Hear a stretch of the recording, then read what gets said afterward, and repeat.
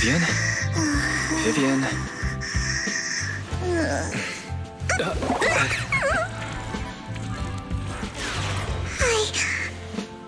I didn't disturb your sleep, did I?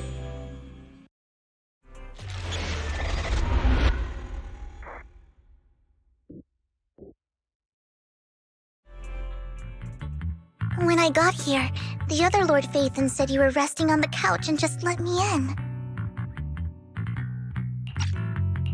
I meant to keep you company while you slept, but then I dozed off myself. I was going to sit here looking super cute, hands cupping my face. You know, like the #1 sleepy face I want to wake up to pose. I can't believe I ended up falling asleep myself. Vivian, are you sure you're awake? That sounded like sleep talk. I'm sure sleeping in that position couldn't have been comfortable either. No, Lord Phaethon. I was just worried that I had disturbed your rest. Just being able to see you sleeping peacefully is already the highlight of my day. No, my entire month. Though it is a bit late, but... Good morning, Lord Phaethon. You're here super early today, Vivian. Is there something urgent? Mockingbird's death has stirred up quite the storm. I took some time to gather intel. It seems someone deliberately leaked the story that Hugo is an illegitimate child of the Ravenlock family, but I haven't found the source yet. Could it be Hugo's uncle, Hartman? Maybe he's trying to turn people against Hugo and Mockingbird by playing the illegitimate child card. I suspected that too. He could be using Hugo's background to make people believe Mockingbird is just another Top's pawn. To the upper class, Mockingbird may be insignificant, but it has a loyal following among regular folks. But after some digging, I was surprised to find that the public isn't turning on Hugo. They're actually starting to see him in a better light. Some people feel bad for him, some relate to his struggles, and Hartman's the one getting all the heat. Public outcry against Hartman is growing, with many believing he murdered Hugo for his own selfish gain. Tops is hosting an industry summit this week, a responsibility usually handled by the Ravenlocks. But my sources tell me another family has taken over this year at the last minute. If I'm not mistaken, Tops is intentionally keeping its distance from the Ravenlock family due to the current public sentiment. Based on our past experience with Hartman, he's not the type to sit back and let anyone mess with his power or interests. And that's what worries me. Hartman, in all likelihood, must have taken the sacrifice core. And now that he has this bargaining chip, who knows what kind of deal he'll strike with the Exaltists. Sorry for interrupting. Can I borrow Wise for a minute? Oh, no problem at all. I'm sure you have important faith in matters to discuss. Take your time. I'll just be waiting outside. Wait! Don't go outside, Oh, don't mind me, Lord Phaethon. I wanted to browse the videotapes anyway. I'll be right here. Just let me know when you're done. Thank goodness Vivian didn't walk out the main door. Lycon's been pacing around outside for like half an hour and scared off at least 5 customers. He's stressing over what he did to Hugo in front of Vivian, but he really needs to talk to us. Maybe you should go speak with him first? Sure, I'll go talk to him. At the end of the day, we're all after the same enemy. As proxies, we should become the bridge between them.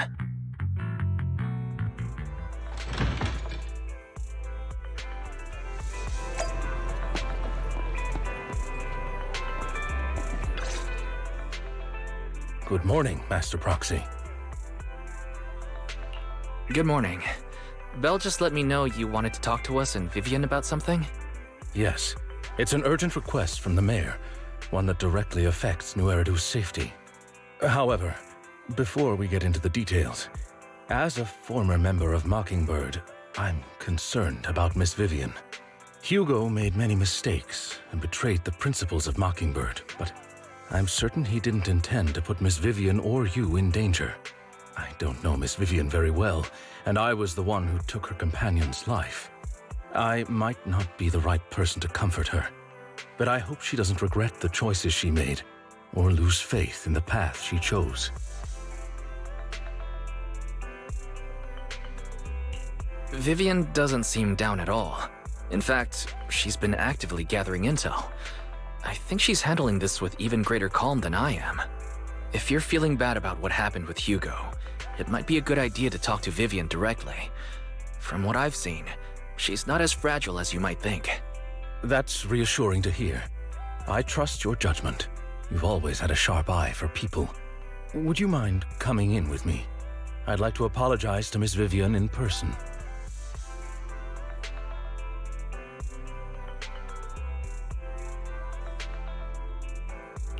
Sure, but just to be clear, I'm staying neutral and not picking sides. You both have your own stance on this. As a proxy, I'll do my best to help facilitate honest communication. I respect that. Thank you.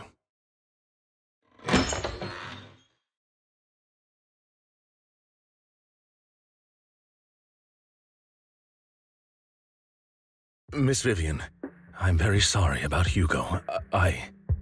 You don't have to explain anything. I'm also part of Mockingbird. Mockingbird stands on more than just gain, so it won't fall when fortunes shift. Hugo had his fixations and ambitions. I also have things I must see through. I'm determined to get to the bottom of the Exaltists and the sacrifices. Miss Vivian, as a former member of Mockingbird, you have my deepest respect. You have my word, whatever comes next. I would never harm you or Master Proxy. As for Hugo, please accept my condolences. Condolences? That's not necessary. Mockingbird has plenty of tricks up its sleeves.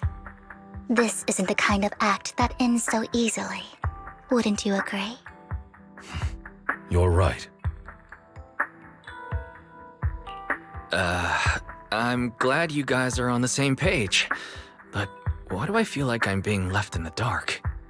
Master Proxy, I believe we all share the same goal. Uncover the truth of the Exaltists and the sacrifices. The Mayor has tasked me with inviting you to take on this mission, and hopes we can work together moving forward. If the Mayor wants to work with us, I trust he will demonstrate his sincerity in kind. Mockingbird will not serve as a pawn for the powerful. That will never change. Of course. While the Mayor cannot handle this personally, he will make sure we have all the intel and support we need.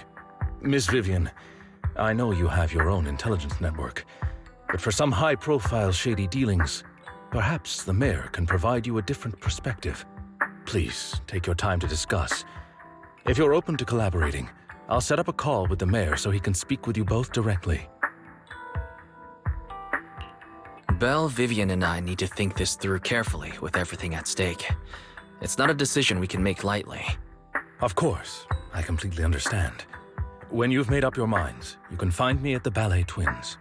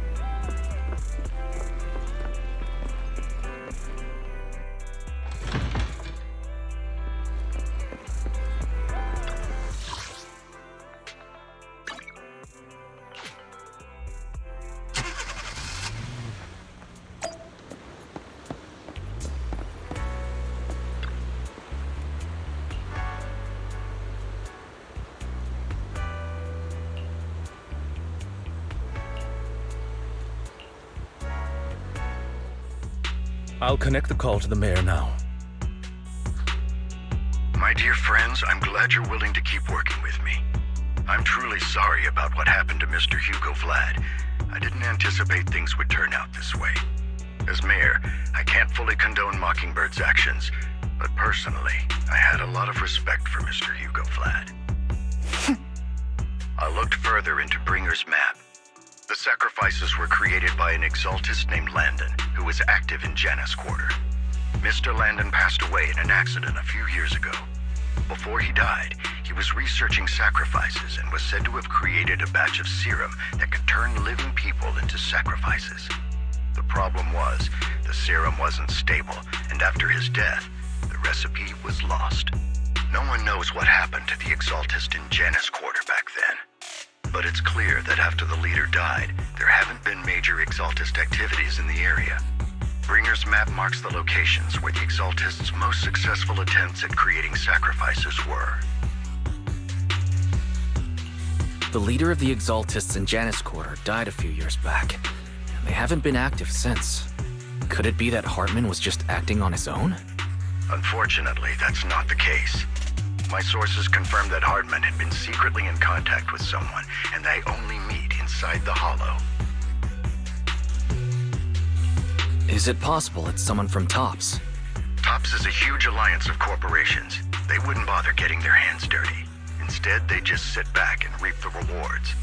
Everything Hartman is doing is to secure his place in TOPS and strengthen his power within the Ravenlock family. My guess is correct. Hartman has gotten in touch with the remaining members of the Exaltists that used to follow Landon, helping them create new sacrifices. But what's in it for TOPS? There's no way the Exaltists would just hand over their secrets about sacrifices to Hartman, right? A sacrifice outbreak would throw the city into chaos. And that's when TOPS steps in, taking control of the situation on their terms. The public will see the mayor as incompetent, while TOPS comes off as the real protectors of the city. And when that happens, public trust will shift towards TOPS. And Mr. Mayor, you might find yourself in an unfavorable situation. Still sharp as ever, Miss Vivian. So, what exactly do we stand to gain from partnering with you? Please don't tell me you're doing this out of some noble concern for your citizens. I'm not some hero of justice, and I don't believe in lofty ideals or empty promises. We have a common enemy. While our ideologies may differ, we can work together on this. And as proof of good faith, I may not know exactly where Hartman is, but I can fan the flames over Mockingbird's death and escalate conflicts within the Ravenlock family. So it was you behind the rumors. No wonder I couldn't trace the source of the public outcry. I'm not the one who started the rumors. I just helped them spread faster after they leaked. And I pulled a few strings to make sure the story painted Mr. Hugo Vlad as a heroic figure who was unfairly persecuted. As I said before, I had a lot of respect for him, and I'd be happy to clear his name. Now let me lay out my terms for collaboration. After looking into it, I found that the dormant sacrifice you discovered wasn't the only one. There are more places where sacrifices might be lying dormant. Too many eyes are on me right now, so I can't send my own men to deal with it. I'd like to ask you to retrieve the sacrifices from those locations. I'll make sure to dispose of them once you do, so no one will be able to use them again. On top of that, I've asked a friend to help monitor your physical condition, and maybe even uncover more of your potential. Her research overlaps with your teacher's work. You don't need to worry about her capabilities. She's a Void Hunter rank special investigator. Really? A Void Hunter rank special investigator is going to be assisting us? And she's involved in our teacher's research? That's right. She's heading to Janus Quarter for some business. I wanted to set up a formal meeting, but she declined. She prefers to assess things on her own, and will reach out when the time is right. She'll let you know the details then. So it looks like you both are on board with this commission and ready to help recover the sacrifices? Okay. This affects a lot of ordinary people in New Eridu. We'll do our best. I know you won't let me down. Given our positions, we might not be friends, but we're definitely not enemies. I'll leave the rest to you then. I've got to go. Goodbye.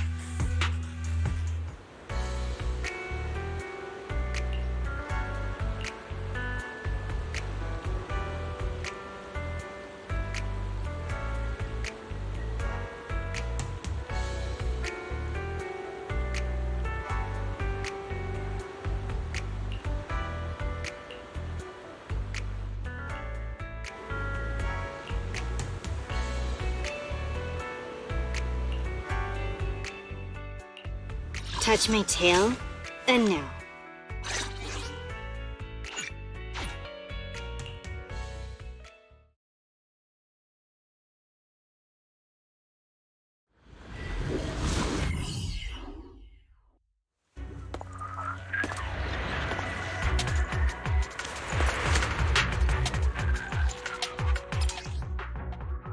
Lord Phaethon, thank you for trusting Mockingbird and me.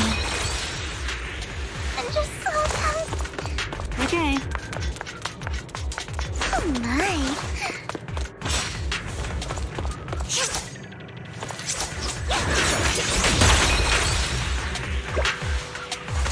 Ambush! Don't touch me.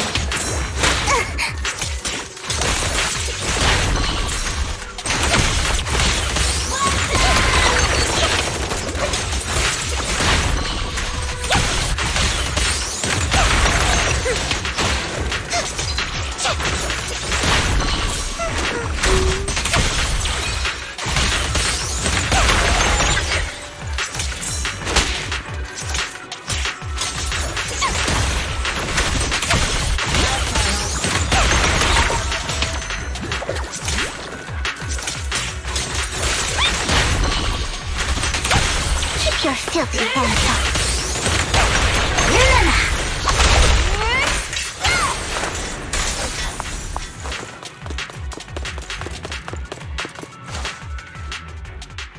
Has someone already taken the dormant sacrifice from here? Or did the Exaltus decide to relocate it? No. If these dormant sacrifices aren't handled carefully, they could awaken and turn against anyone nearby. She wouldn't risk moving them unless it was absolutely necessary. Did she realize the mayor was looking into this?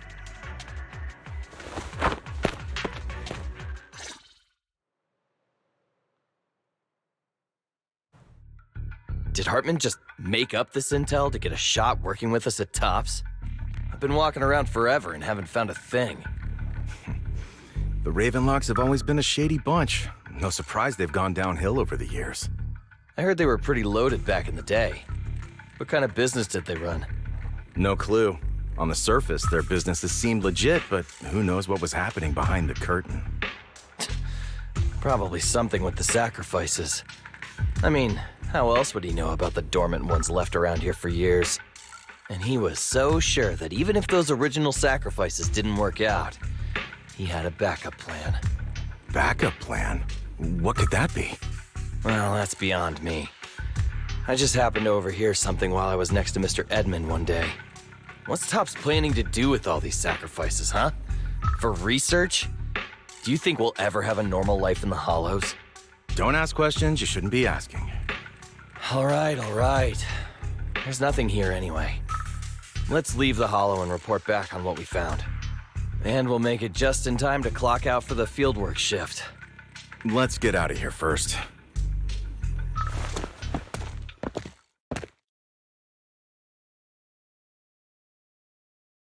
Hartman, that fool. He'll do anything to get into Tops, even if it means playing with fire. She's an Exaltist. Human lives have never mattered to her. The more people get dragged in, the greater the danger. Vivian, you seem a bit frazzled. Who's this she you keep bringing up? I apologize for losing my composure. Please don't mind me. The she I'm referring to is with the Exaltists. Someone I have a history with. That's why the moment I heard about the sacrifices, I felt compelled to uncover the truth. I never meant to hide anything from you. It's just that, for me, the Exaltists bring back painful memories. And I'm not ready to face them yet. So, Lord Phaethon, please give me a little more time. Once I've gathered my thoughts, I promise I'll tell you everything.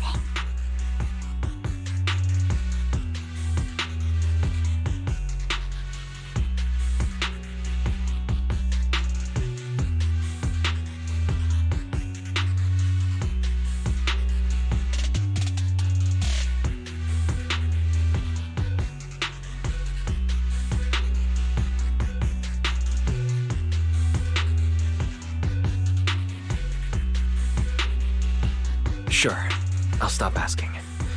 What's more important than an unspoken past is the person standing in front of me now. As for everything else, we can talk about it whenever you're ready to share. Lord Phaethon, if we weren't in such a hurry, I'd spend 3 whole hours singing your praises. I'll make note of this and make sure to get it done before bedtime. First things first, let's track down those dormant sacrifices. The Exaltists have probably realized someone's after them by now. I wish we knew what Hartman's backup plan is. Lord Phaethon, I just can't shake the feeling that something bad is about to happen. Oh, don't touch me.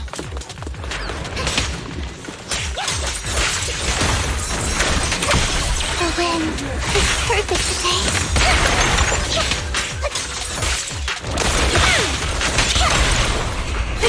What's up?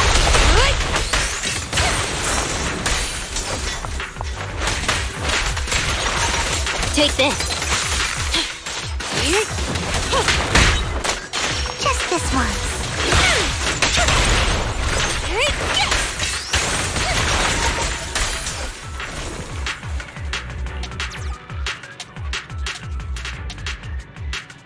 Hugo may have done terrible things, but he had his reasons. Mockingbird might be seen as the bad guys by a lot of people, but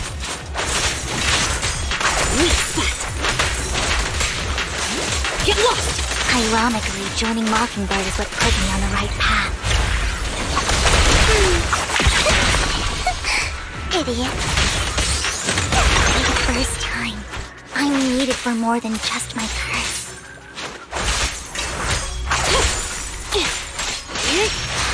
Nothing here either.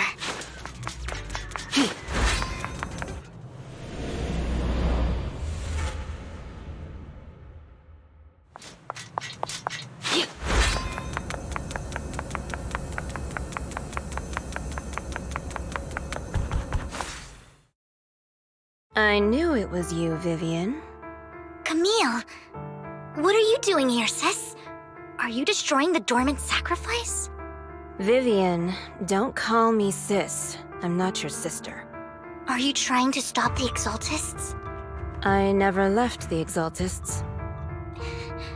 You know what Landon did back then! Lord Landon did it for the Creator. His methods may have been extreme, but they were necessary. Back then, you walked away. You should do the same now. We didn't meet today. Take your friends and leave. What's wrong? Are you being forced into this? I can help you. Help me? Like how you helped her? Vivian, you're crying. You see me, don't you? No, You haven't changed a bit, Vivian. No need to hide your tears. I know exactly what's ahead for me. You've made your choice, and I've made mine. One last piece of advice. Stay out of this. She loathes you. I won't tell her we met today. Don't show yourself around us again. Camille!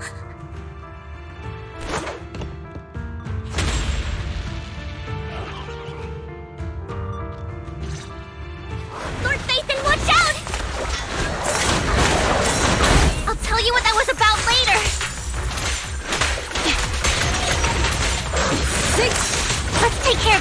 materials first. Leave it to me. At your service. Get lost! How annoying. Get flushed! Just this once. Don't you know? It might dress dirty and look okay.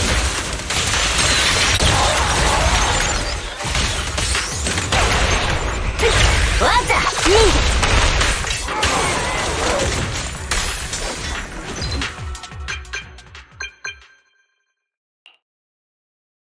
You've been gone forever.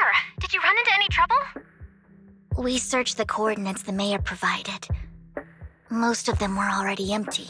No dormant sacrifices. Camille, the Exaltists have been actively destroying the dormant sacrifices. Why would the Exaltists go after the sacrifices? I saw it too, but I can't figure out why the Exaltists would do this. And one of them is someone I once knew. I thought she would leave the Exaltists after Landon's death, but she stayed. Wait, what did I miss? Why do you know so much about the Exaltists, Vivian? When I was a child, I stayed with the Exaltists for a while. Back then, Landon was one of the most respected figures among the Exaltists in this region. A lot happened, and after Landon died, I left. I can't turn a blind eye to the sacrifices. I know all too well how many lives have been lost bringing them into existence. Ever since I learned a sacrifice had appeared in Janus Quarter, I haven't been able to stop worrying. I won't let history repeat itself. That's why I asked Hugo to investigate, starting with the Sacrifice Corps. Vivian. Please stop. I'm not looking for comfort. I'm just recounting the story for you to understand the situation. We've got bigger things to focus on. But when I do need comforting, I'll come straight to you. I hope you'll make time for me, Lord Vathan. Just so you know, I'm not the easiest to console.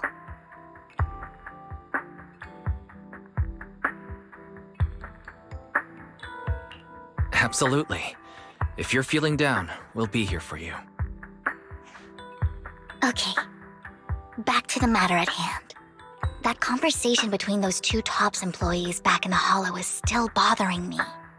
They said Hartman had a backup plan, and that got me thinking about some news that was quietly swept under the rug. Lately, there have been mining accidents in Ravenlock-controlled areas. Many workers have died. The families were paid off with huge settlements, way more than usual. No protests, no controversy, and the issue was buried. But considering the Ravenlock's financial position, why would they be so generous with payouts? That sounds sketchy. Do you think those accidents were faked? Precisely. I don't think those workers died in mining accidents. I'm planning to reach out to some old friends, see if they've heard anything about this. Do you have time, Lord Vathan? My contacts are just near 6th Street. Care to join me? Sure. Let's go together.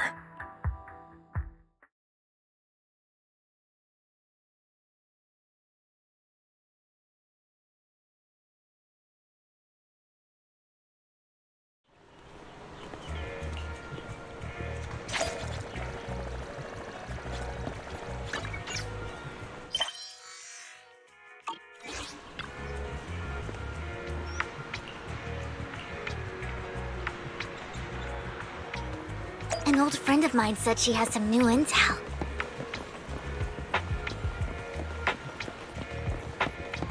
She's like a mentor to me. I learned a lot about data scraping on the internet thanks to her.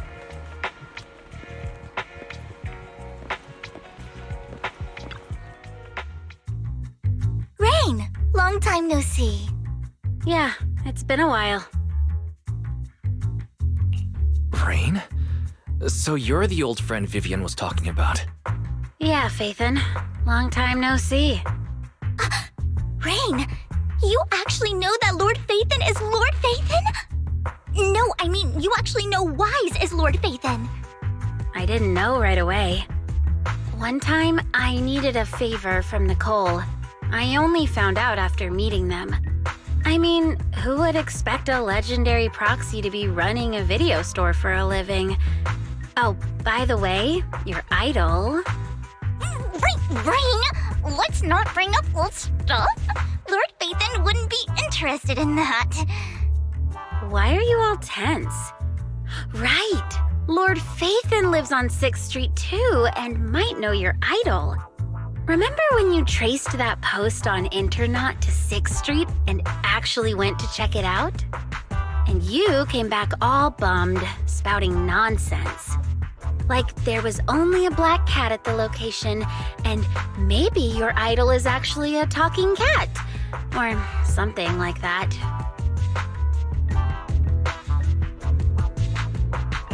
I think I know that black cat. It hangs around our shop now. Lord Phaethon, please, let's drop this topic. Come on, Vivian. It's been years and you still won't say who your idol is. If you'd just let me, I'd have tracked them down ages ago. I get it. You want to find the person who's important to you on your own. But you've tried so hard already. It's okay to lean on me a little, you know. I'm sure your idol won't hold it against you. I shouldn't have come to see you. Huh? What's wrong?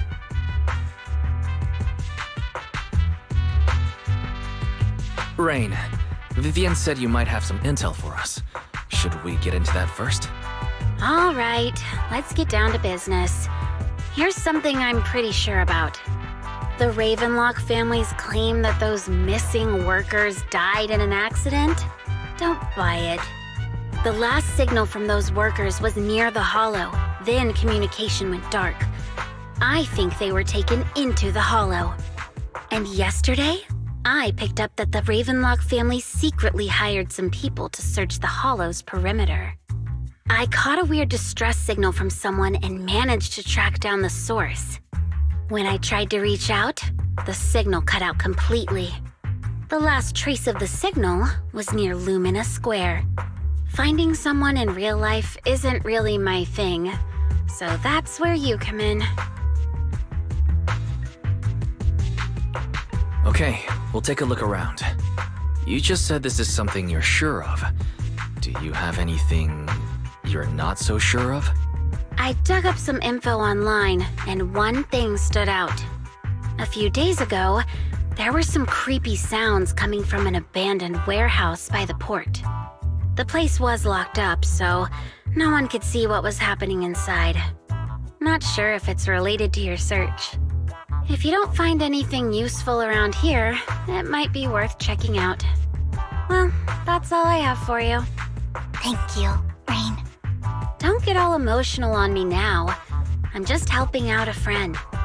This one's on the house. Consider it payback for the favor you did me last time. But if you still want to find your idol, hit me up. I've been curious for what... All right, don't worry about it. I'll manage it myself. Stop being so nosy, Rain. Nosy? Nah, just professionally curious. What kind of person is worth all this searching, huh? But honestly, whoever they are in real life, they've become a part of you. You've come a long way in this search, Vivian. I much prefer the person you are now. So if you find this person, don't chicken out. Go meet them. People will appreciate you for who you are. Rain. I might not care about the real world or what it'll be like, but I hope everyone I know can live a good life. I'm counting on you to save the world, guys. All right, I have other business to take care of, so I'll leave the rest to you.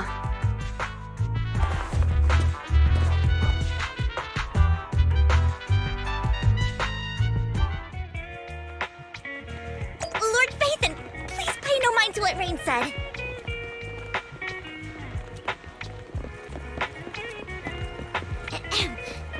guys up ahead. Let's hurry.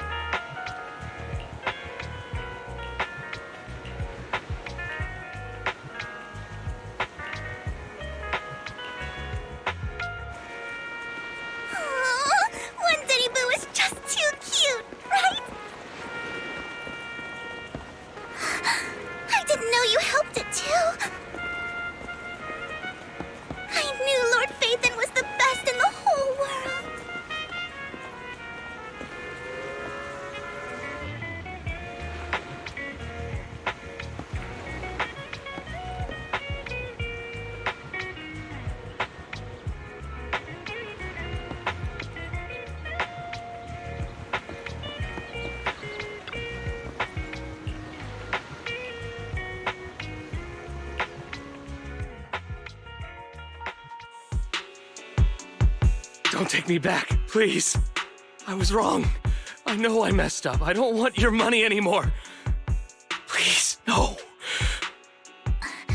Calm down. Who are you? I won't say anything. Just let me go. I don't know anything. I swear, I know nothing. We're not PubSec, the HIA, or the Ravenlock family. We won't force you into anything. There's no need to be afraid.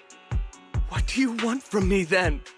We simply want to know where the Ravenlock family took you and what they made you do. I can't say.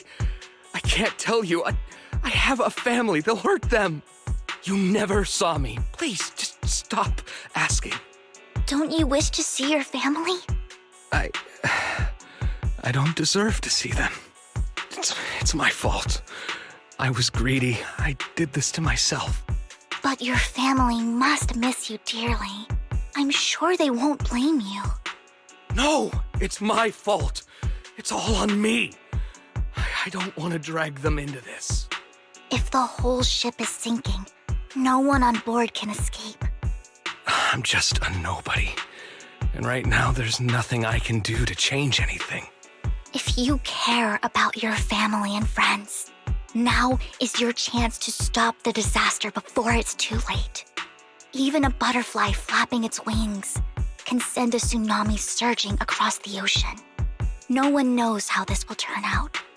But if you do nothing now, the only thing waiting for you at the end will be regret.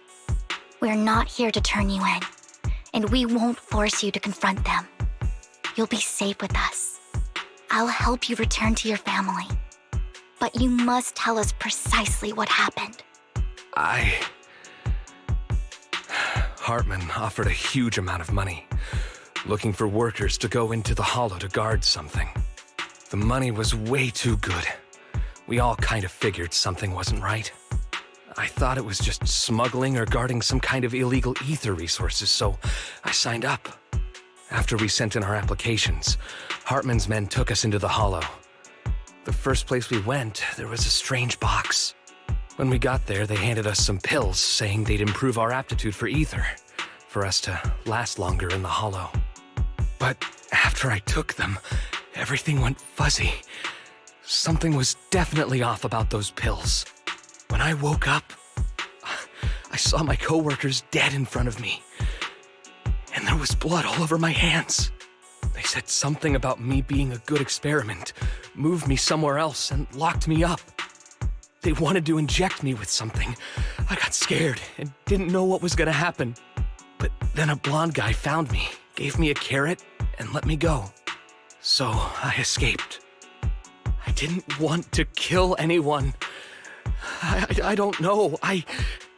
It wasn't your fault that your coworkers died. You were just a tool in their hands. Do you remember the place they first took you? Do you know what was in that box? I only remember the first place was like a rooftop. I think it was on top of a tall building. What exactly was in that box? I can't remember.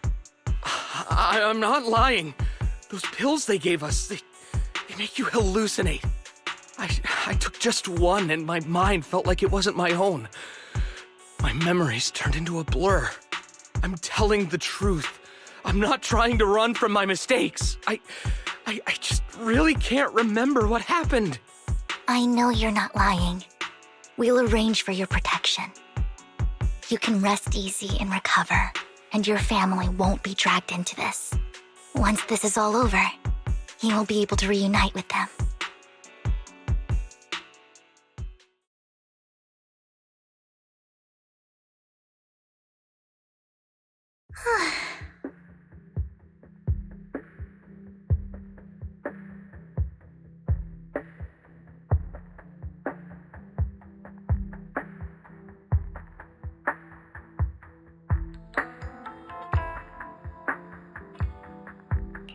Sometimes I wonder if you've had some kind of special training, Vivian. No matter who you're up against, you seem to analyze the pros and cons and make a judgment in no time. Actually, I wasn't always like this. I used to run away when things got tough. There was even a point where I just wanted to disappear. As if my very existence was the source of suffering. I wondered, perhaps leaving it all behind could put an end to the pain. It's hard to picture that. My first impression of you was pretty assertive. Well, I was on a mission at the auction when we first met. And just as Rain said, I've come a long way from who I used to be. Speaking of Rain, it's quite a coincidence that you two know each other and are actually close. You even know one Denny Boo. That surprised me. We might have crossed paths without even realizing it. Enough about me. Tell me more about you, Lord Phaethon. Where have you been? And what have you experienced? Looking back, it feels like I've been through a lot lately. Belle and I even lost our Phaethon account. It's a long story, starting with how the Cunning Hares took something from the Red Fang gang.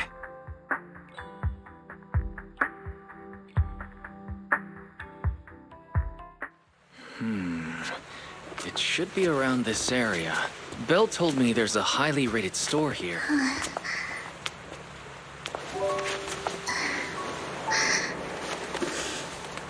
Lord Phaethon! What's wrong? I've seen that black cat on 6th Street. That harmonica in the outer ring you mentioned. I've heard it before, too. I've even been to the monument outside Hollow Zero.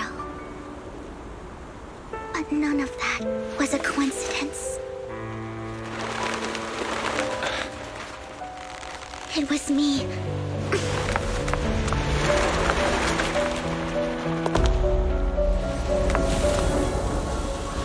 Following you, and now I've finally made it to your side. Ever since I was little, I had been seen as the bringer of bad fortune. I had traveled to many places and witnessed far too much misfortune. Every tear I shed brought disaster. I've heard too many curses to count. I loathed my tears as much as I despised my own existence. Wherever I stayed, tragedy followed. I had roamed too many places, and each time, it ended the same way. I didn't know where I could go anymore. One night, I stumbled upon a post discussing me.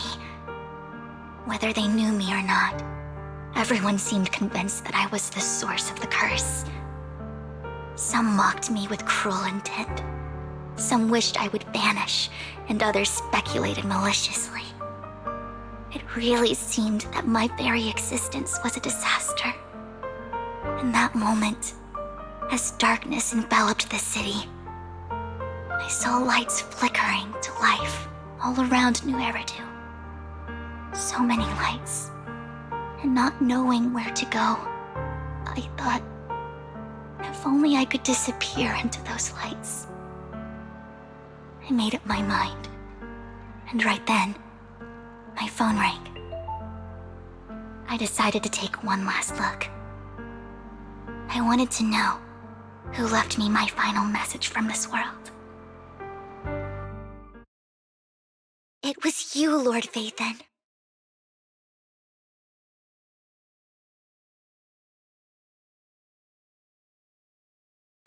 Huh? Me? Yes. And I checked with the other Lord Vathan. You were the one using the account at that time, but I know you probably don't remember it. After all, it was just an ordinary day, with an ordinary post and meaningless comments online. But for me, it was the night I finally realized where I could go.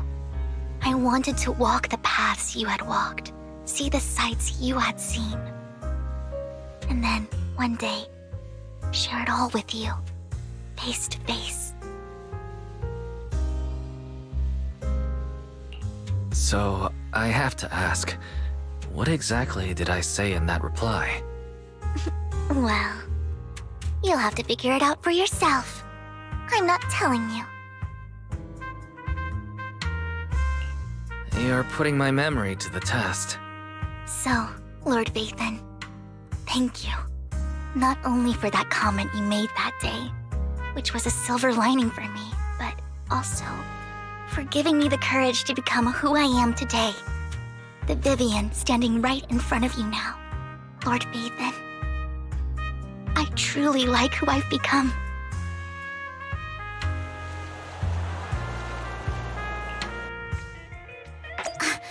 Lycon just sent a message. There's an update.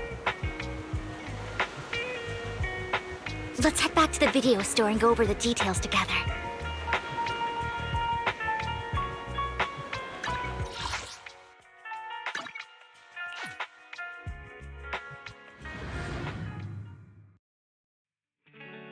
Wise, you're back. Looks like Lycon's tied up with something. He said I should just chill until you're back, and then we can talk online. I'll call him now. Master Proxy, Miss Vivian. The gentleman Rena brought back has stabilized and calmed down now. Based on his account, we've identified where Hartman is hiding the core. He also mentioned that Hartman plans to trade the core with a group of people. We suspect that this group consists of members from the Exaltists. I knew it. Now that we have the location, it would be splendid if we could seize the sacrifice core before they do. Precisely. We hope you can head to the location as soon as possible to secure the sacrifice core. All right, we'll get there right away. I have other matters to attend to, so I'll leave the retrieval of the sacrifice core in your capable hands. The mayor's friend that he mentioned before will also be assisting you this time. The target coordinates have been shared with her, and she'll meet you there. Please ensure your safety, and I wish you all the best.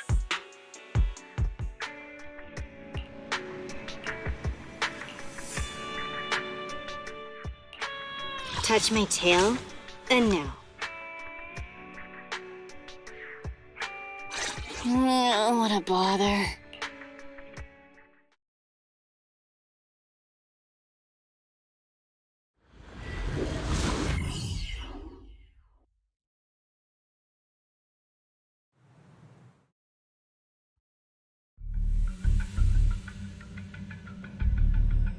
Where's the sacrifice core? Camille, You really think I'd stroll around with something this important?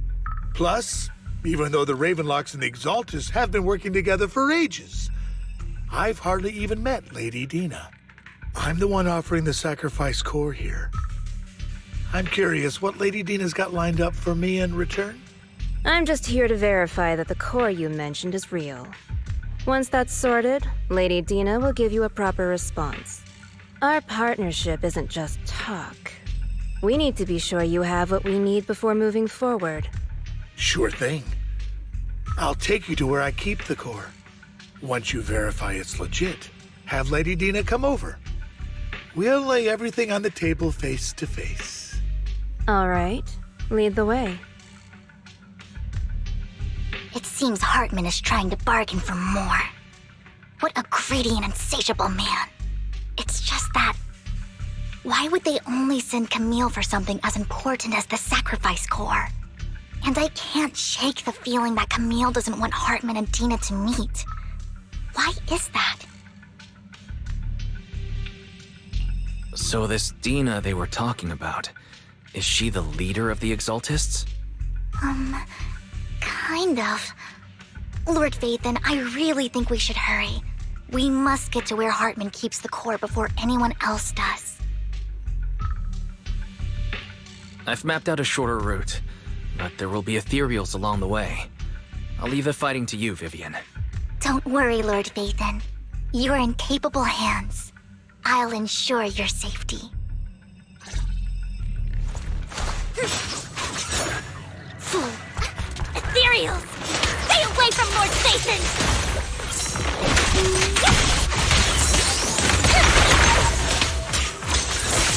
At your service. Here. Get back. Here. Sick. Get lost. Looks like Hartman's trying to negotiate for more leverage.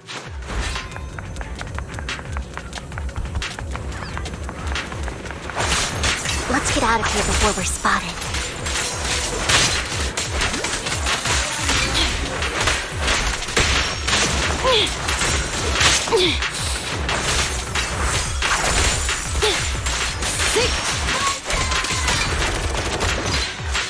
Let's keep moving, Lord Vathan.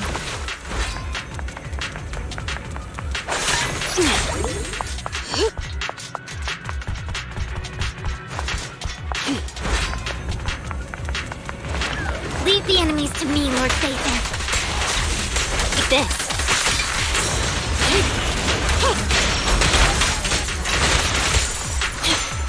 Here.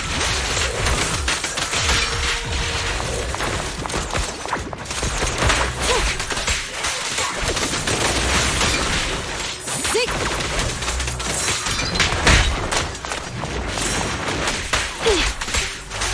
Get lost.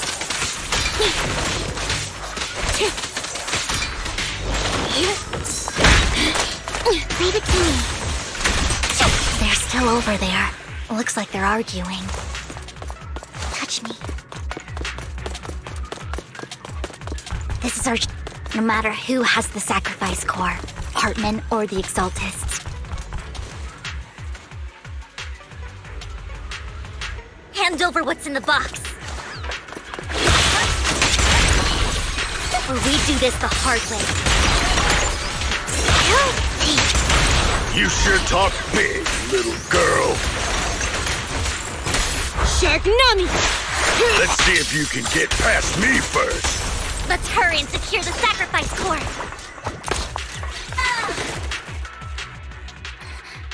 Lord Vathan, the box is empty. So Hartman never kept the core here to begin with? How did you even find your way here? Where's the core in the box? What did you do with it? You call this keeping the sacrifice core safe?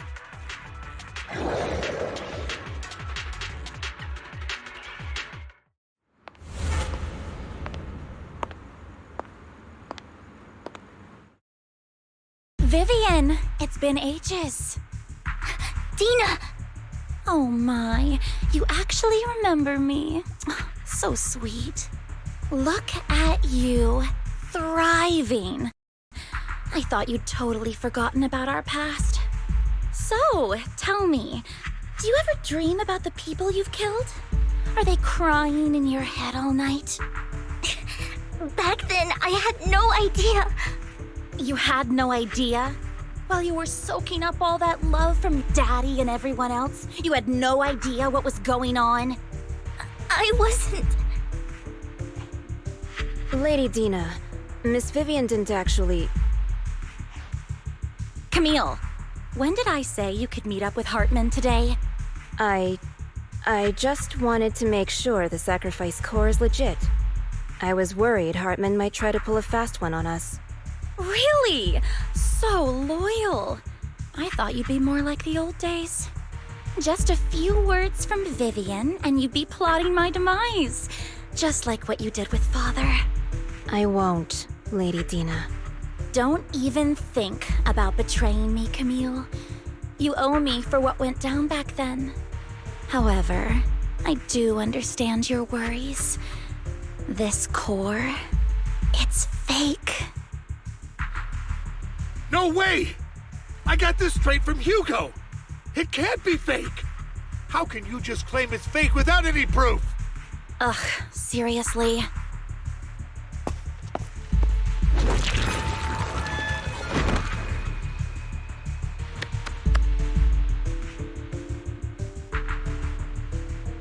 The sacrifice core can max out the ether particles within human bodies in no time at all. But look at your little subordinate. How uncouth. He's making noises like some animal. Can you shut him up?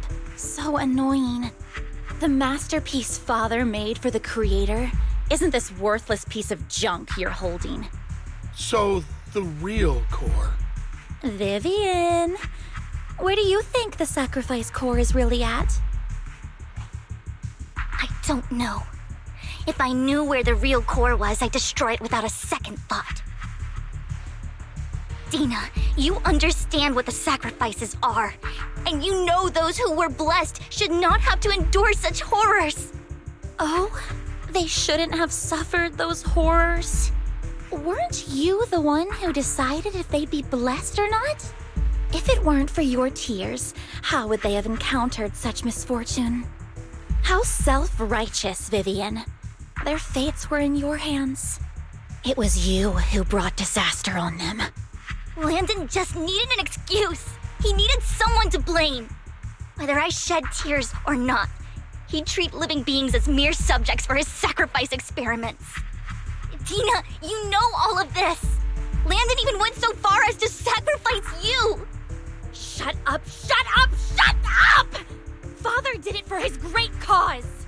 Vivian, why do you always mess everything up for me? Everything! You did it before, and now again! You just had to ruin my plan. I was so close to fulfilling Father's last wish. If you don't give me the sacrifice core, be prepared to become food for the ethereals. I told you I don't have the sacrifice core. Otherwise, I would have destroyed it already. Lord Phaethon, find the right moment to retreat. She can be quite unpredictable when her temper flares. Oh, really? You don't have it? Then I suppose there isn't a reason to keep you alive.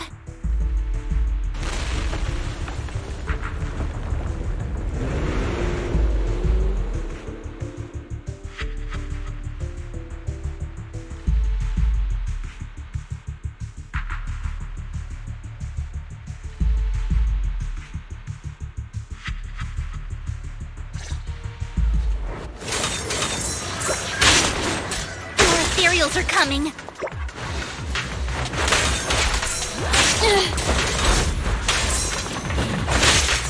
Out of the way. Take this.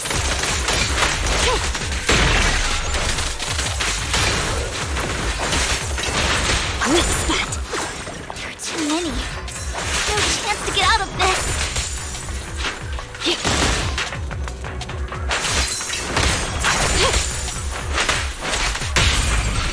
Well done.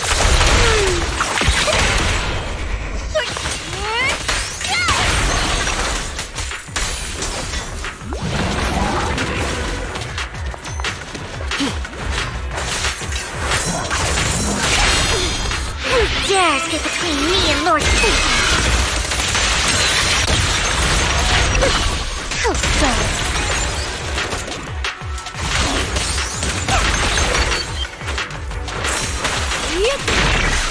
Get back! Better dodge. Weak spot.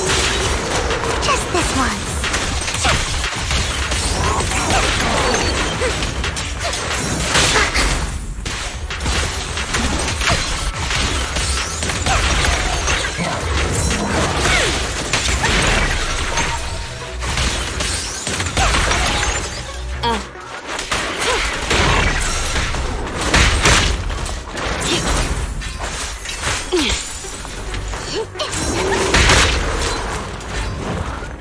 Allow me. How annoying! Get flushed!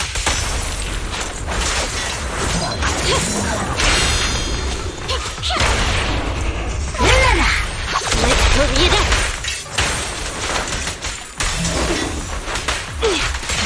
Stay away from Lord Satan!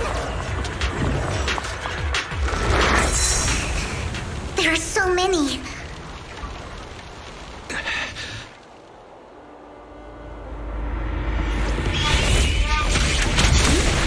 It's ink.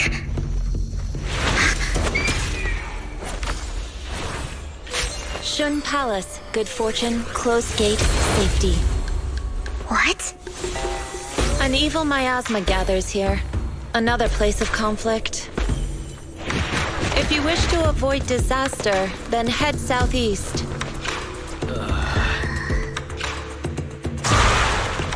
Now! Thank you.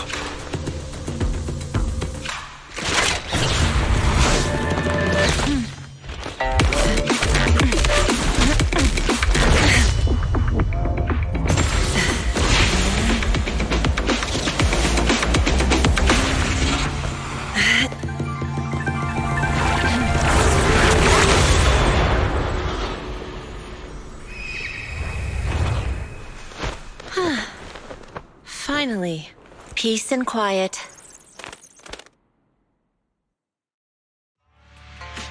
You must be wise, right? Mayflower mentioned a special partner might need my help. May I ask, who are you? I'm the 13th generation master of Yunque Summit. You can call me Yishuan. Mayflower passed along your info, and I was curious what kind of person you are, so I came to see. At first, I thought it might be a hassle, but your energy feels really calming. Quite nice, actually. So, you're the investigator the mayor mentioned. Yes, he also asked me to be your temporary teacher and offer you a bit of guidance. Guidance? What does that mean exactly? Unfortunately, this isn't the right time or place to talk. I have some investigation work to catch up on, and it seems you've got quite a lot on your hands, so let's part ways for now. I'll find a good time to visit you soon.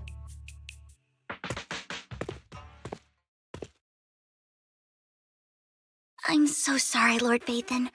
I'm just not feeling very well. I think I'll head back for now. I'll investigate the sacrifice core and reach out once I find something.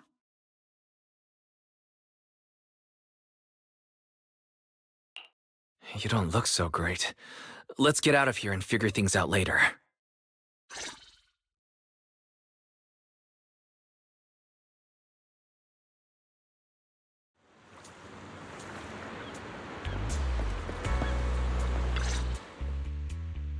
Lord Vathan, are you going to rest now?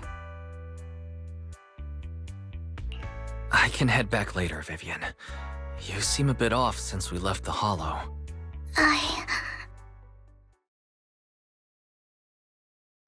If you want to talk about what's bothering you, I'm here. Sometimes it helps to get it out. I didn't mean to keep my past from you, Lord Vathan. When I was little, people thought I brought misfortune, so no matter where I went, no one wanted me around for long. Then, one day, Landon adopted me and brought me to the Exaltists. There, I met Dina, who was so kind to me, treating me like a dear sister. She told me her father, Landon, was a great man who'd one day make everyone stop fearing the Hollows, so all life could live freely inside and outside of them. Dina helped Landon pick people for the blessing, and everyone in the Exaltists respected her greatly. Those who received the blessing would have a better ether aptitude, allowing them to enter the Hollow freely without fear of sudden disaster. Back then, Dina would chat with me every day, always about the Exaltists and her father. But things between us shifted when Landon asked me to step in for Dina. Landon told me I didn't only bring misfortune, and that if I listened to him, I could actually help people. After that, he'd take me to meet people, and if I shed tears, he'd give them a blessing medicine. Those who got the blessing could dodge calamities. At first, I was ecstatic, thinking I could help others.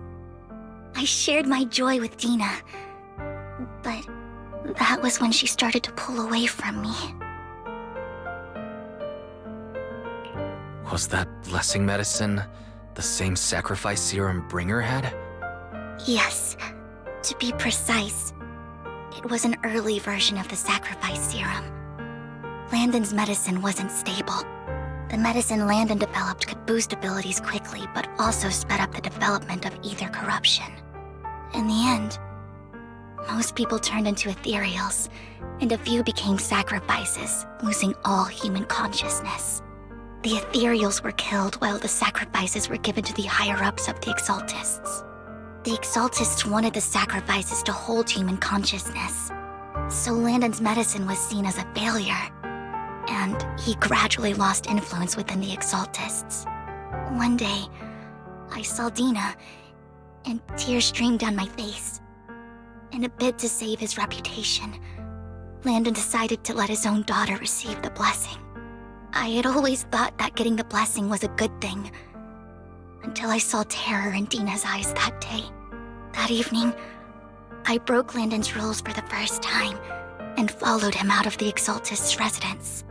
I trailed him to the Hollow, where I witnessed someone who had been blessed becoming corrupted. In the end, that person became an ethereal.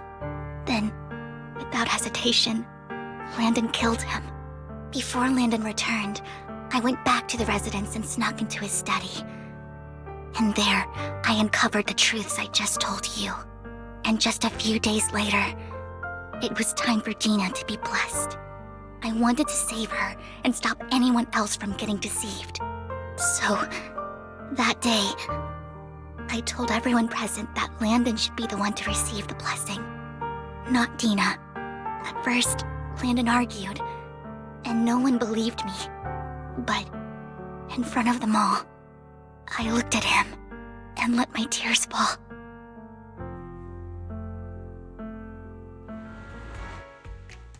Lord Landon, please accept the blessing. Vivian, you... Why won't you accept the blessing? Were you lying to us? Ungrateful fools! You have no use anymore! Liar! Run! Run! Dina! Dina, wake up! We have to go! Vivian? What's happening? Listen to me! Lord Landon's so-called blessing isn't...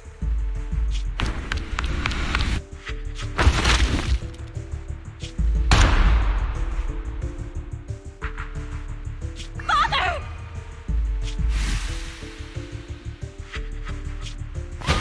No, I was just... Mom, I want to go home. It's got nothing to do with us. This is just what happens when you don't accept the blessing. Vivian, was this you? Dina, I just didn't want you to accept the blessing. Everyone who does ends up... I just don't want to lose my father. You knew? If you knew what he's done, He's my father. He's all I have. Stop being self-righteous, Vivian. You only ever bring misfortune.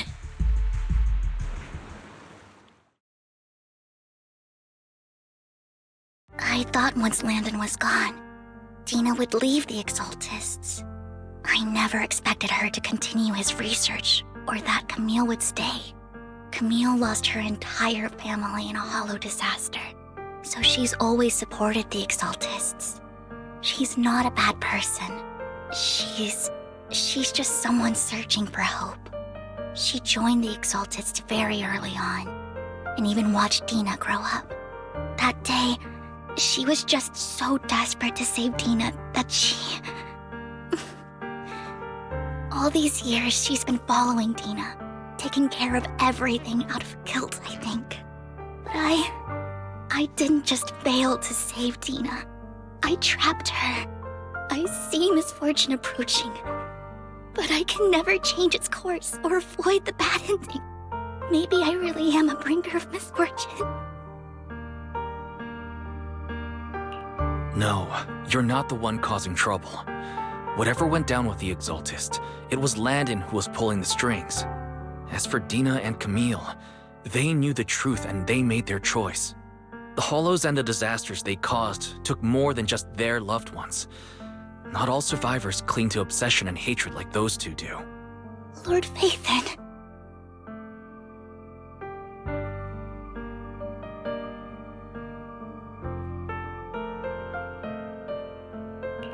You need to believe in yourself, Vivian. From what I can see, you're handling this sacrifice crisis pretty well on your own. Besides, you told me you really like who you've become. I hope that you can believe in that at the very least. Yes, that'll always be true. Thank you for listening to my story today. Years have gone by, but I've never had the courage to face all this.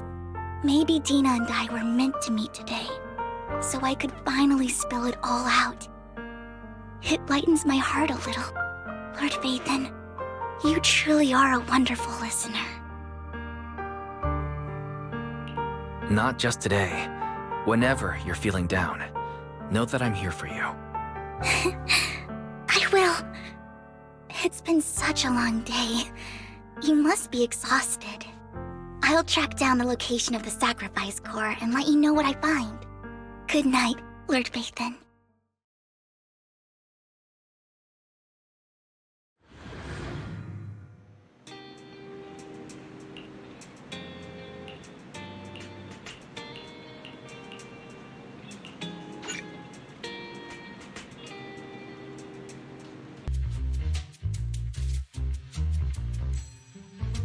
Shawl, I didn't expect you to be working here. Perfect. I was just covering someone's shift. The screening here is super strict, and I was afraid the supervisor would realize I was new and subbing for someone, so I hid in the control room during the supervisor's inspection. So I happened to bump into this guy, a blonde man wearing a hat, and I think he was checking some footage. Then he logged that footage into the tape he brought. Later, I found that part of the footage had been wiped. Blonde, wearing a hat. Could it be Hugo? Do you know him? I think it's him. If it were Hugo... I think I know where he would hide the tape. Thank you, Shaw. You were a big help. Great! You also helped me a lot when I started working. I used to make mistakes all the time. If it weren't for you cleaning up my messes, I would have been fired ages ago. So I'm happy I could help you too. All right, go ahead and do what you need to do. We'll catch up another time.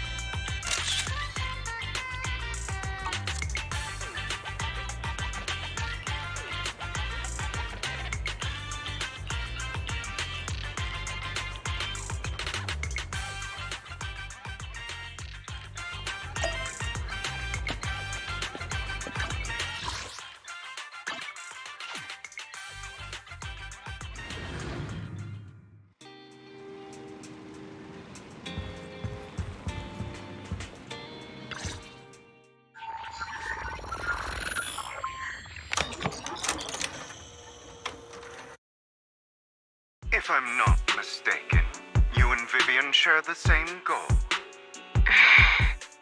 Silence is no good for negotiation. I just don't want Dina to reach a point of no return. Hasn't she already reached that point with what she's doing? The formula for the Landon serum was lost, but a batch survived, and Dina was able to develop a substance that can be used for mind control. She's trying to combine the two to make sacrifices that would obey human commands. If the dormant sacrifice and the remaining Landon serum are destroyed, we can put an end to this. Dina's concoction can't create sacrifices on its own. And the sacrifice core? That belongs to the creator, not her.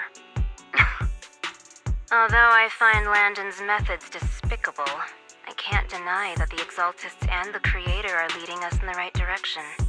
I just don't want Dina to spend her life trapped by her father's mistakes. I mean, no offense, but I find your protectiveness rather weird. I will confirm the location of the dormant sacrifice and find the chance to relay the information to you. I do not want any of my people to be going into danger. As for the sacrifice core, I can only guarantee that it will not fall into her hands. As for how things will ultimately play out, the creator will guide me.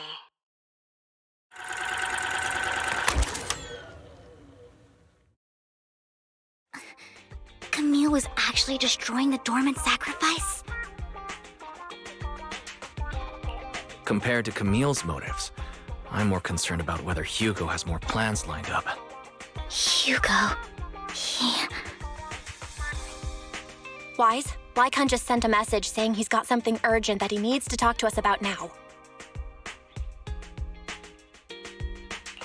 All right, let's patch him in. Master Proxy, I apologize for disturbing you. We have just learned that the Ravenlock family will host a banquet tonight. This banquet is rather special, as they're allowing members of their family to invite business partners to attend. With Hartman at the center of controversy, there are many members of the family who are eager to use this opportunity to replace him. The mayor has been spreading rumors of a young tycoon who inherited a sizable fortune and is looking to partner with a person from an old and influential family. This information has lured a young man named Burton from the Ravenlock family. So, you want me to pose as this tycoon and use Burton to infiltrate the banquet? Correct. And Hartman's study is also located within the venue. I see. Hartman's study might hold valuable information. It seems like there's nothing left for me to do. You can attend as her +1. +1? Lord Phaethon, please go with me! Master Proxy, it seems Miss Vivian requires your presence, so... Yes, just your presence will help me immensely!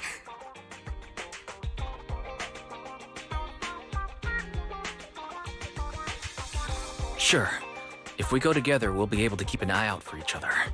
I'll accompany Vivian. I'll send you the time and place for the meeting with Burton. If you encounter any danger, please evacuate immediately or contact me for backup. I hope everything goes well for you tonight.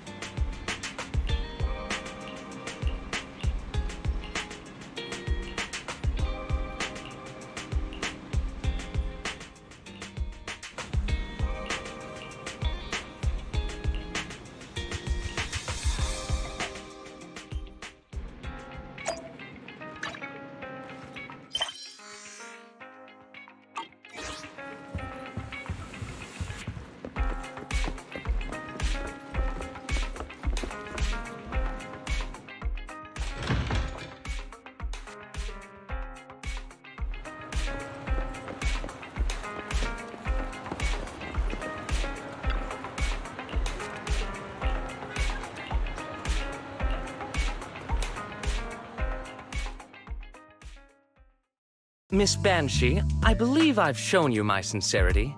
Now how about you? Sincerity? My presence here is a show of sincerity. If we're to work together, Miss Banshee, you should drop your pretentious act. I am well aware of the ways of the Ravenlock family. If I were to come empty-handed, I probably wouldn't even be able to make it out the front door tonight. Since I agreed to come with you, and even brought along my most precious companion, does that not show my deepest sincerity? No need for such an off-color joke. Our door is always open for those coming or going. We both know what's what, so let's cut the small talk. I know far more about how the Ravenlock family made their fortune than most here. I am also well aware of why Hartman, despite such a massive scandal, still remains in power. Oh? Do tell. Exaltists, blessing, sacrifice, Landon. Where would you like me to start? How did you know that? No, who are you? Don't be so tense. If I'm not mistaken, it's about time the banquet began. My companion and I are practically famished. Is this how you treat your guests? By letting them starve? Perhaps when we've had our fill, we'll remember where the sacrifice is hidden.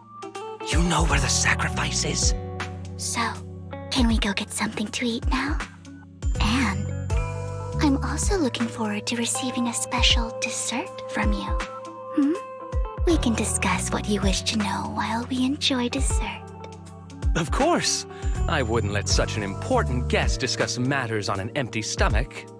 As for dessert, I will prepare it myself, and I guarantee it will satisfy you. I'll come find you later. I wish you a pleasant evening.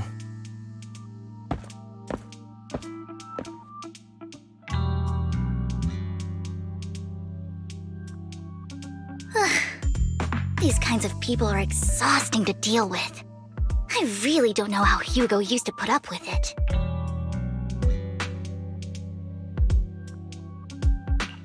Was there a special meaning to the dessert you mentioned just now?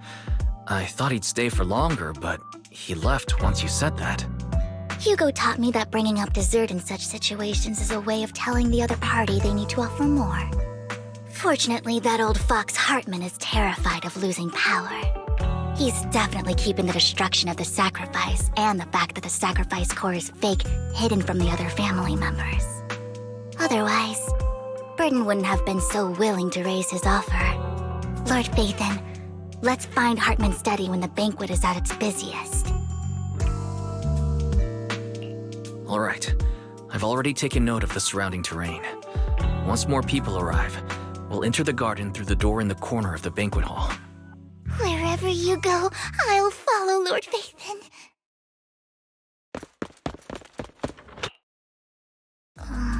Isn't this going a bit too well? The security outside of the manor is really strict, but maybe it's more lax on the inside. Let's assume we got lucky.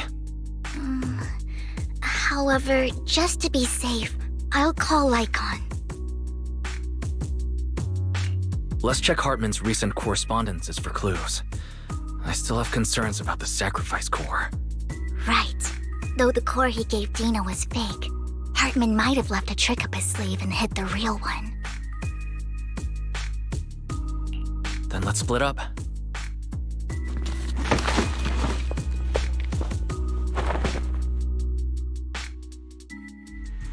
Esteemed guests, is the catering at the Ravenlock family banquet not to your satisfaction? So much so that these two distinguished guests felt the need to come to my humble office to scavenge for food. Don't want to come out? Well, after all, you don't have long left. Burton, that greedy idiot, fell for the mayor's trap. But I never expected that he would bring you into my territory. I suppose I should thank him. Otherwise, I would have had to go to great lengths to eliminate you. Vivian, Phaethon, give Hugo my regards. Tell him I shall be taking the wealth and power of the Ravenlock family for myself.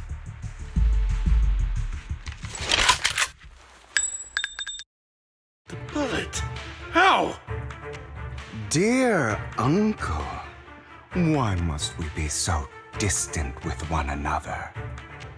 You can just tell me what you want to say directly. Hugo! Impossible!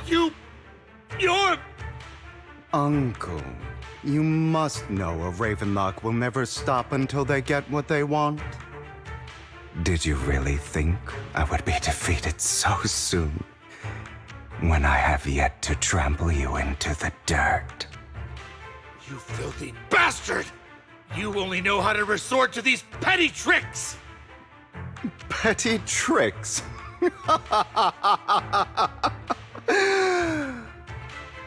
Perhaps you'd like to know what I managed to accomplish using this faked death of mine. My dear uncle.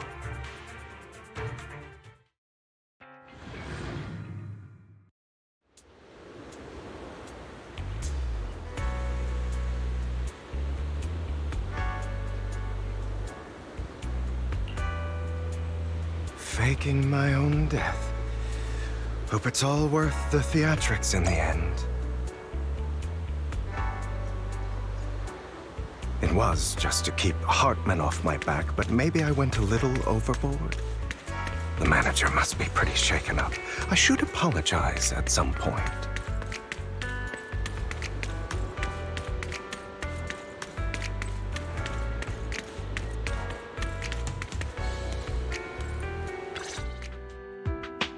Taking longer to rest than I expected. Lycon, you think too highly of my physical capabilities. Well, thank you for your cooperation. I must say, if nothing else, at least your acting skills have improved. Why do you look so angry? You should be happy. We pulled that off together with flawless teamwork and managed to fool everyone. Drop your foolish facade. I'm glad you still remember the code we set all those years ago. And thank you for ensuring your sleight of hand didn't deteriorate. Oh, right. I should also thank the blood bag hidden in my clothes and our other props. Do you remember when we last used this trick? It was probably ages ago. Sometimes I really don't understand you. Have you never thought about what the consequences would be if I didn't understand your code? If I decided against helping you? Or if I just couldn't control my strength properly? You'd understand it. Of course, if things really did go awry, I had alternative plans. You wouldn't be so arrogant as to think I'd bet everything on you, would you? You're insane. Aw, I'm flattered. So what exactly is the purpose behind all this? Surely after going to such great lengths to erase your own existence, you don't just plan to hide here and reminisce about the past with me. Don't try to brush this off. I've already helped you enact your plan. Tell me the truth. Don't get your tail in a twist. I have more plans that require your assistance, so naturally I would not hide anything from you. Simply put, as things stand, whether as Hugo Vlad or as Mockingbird, I am doomed to die. Seems you've made quite a few enemies. As a member of the Ravenlock family, I negotiated with Edmund and managed to obtain resources from Tops for my future plans. I also confirmed what attitude they held toward your master, the Mayflower family. Meanwhile, I used my identity in Mockingbird to strike a deal with Hartman and gather information on their collaboration with the remnants of the Exaltists. That's where I got my intel on what Bringer left. Oh, by the way, the crime declaration letter that your dear mayor received, that was also sent by yours truly. He's probably figured that out by now, right? Though I'm not sure if he told you. The mayor learned about the sacrifice attacks through his own means, but lacked an opportunity to take action. That warning letter was precisely what he needed. You aren't hopeless yet. How delightful. In short, I'm more well-informed than your lot because I get around, dealing with all these different important figures. But of course, it comes at a cost. It's only fair. After all, you can't hide the smoke from a wildfire. Rather than trying to carefully tame it and risk setting yourself alight, it's better to let it burn free. When I helped you put on your little act, killing you in front of everyone, you left the sacrifice core to Hartman. That was intentional too, then? Oh, yes. And it worked like a charm, didn't it? Now no one cares for me anymore, and all eyes are on Hartman.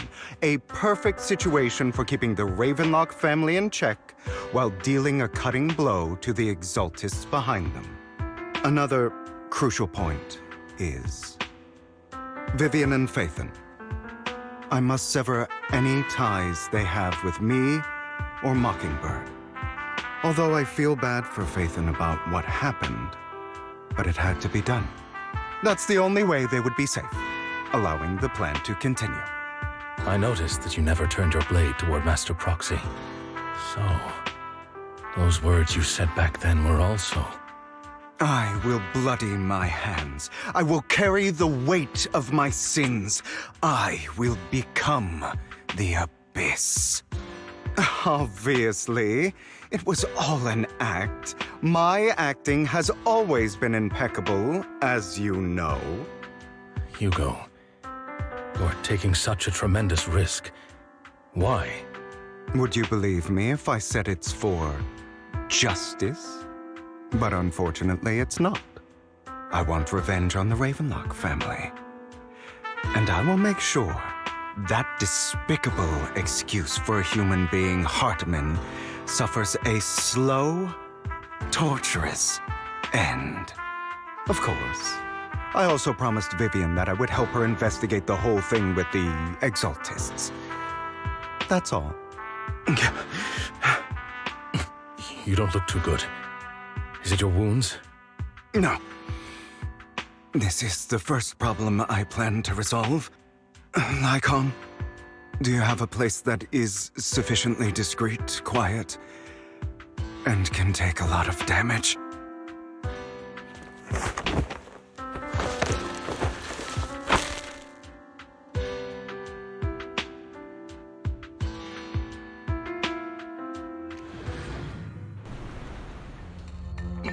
What exactly are you doing?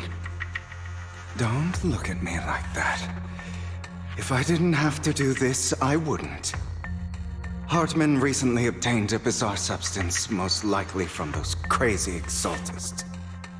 After use, it allows control of the victim's mind, to some extent. You were dosed with it?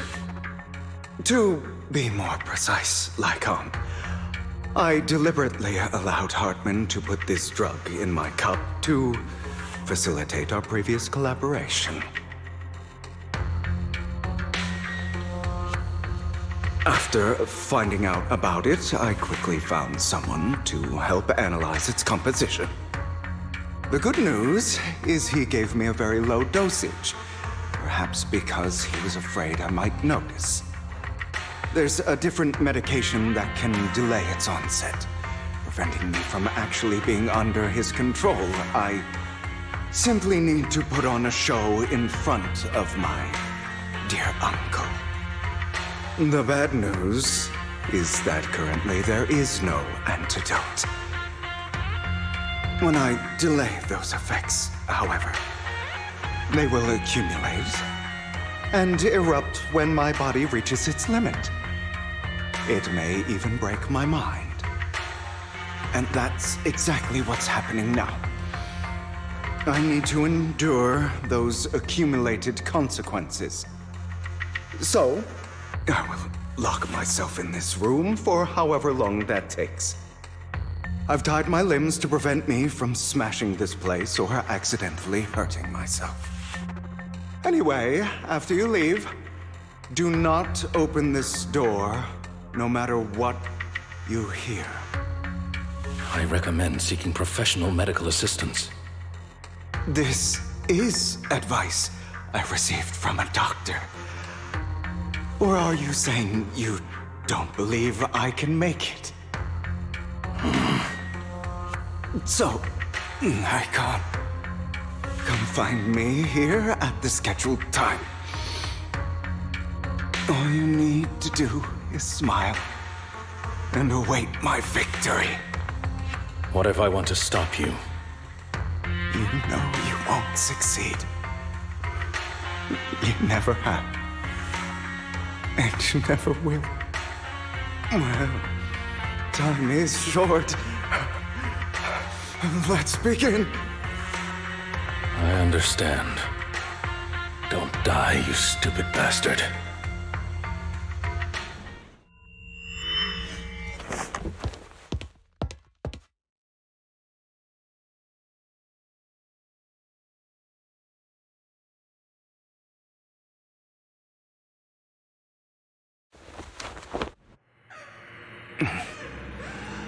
Is this because the side effects haven't worn off yet? Lycon's late. I'm surprised. Or is something wrong with time itself? Looks like someone's over there. Might as well go ask.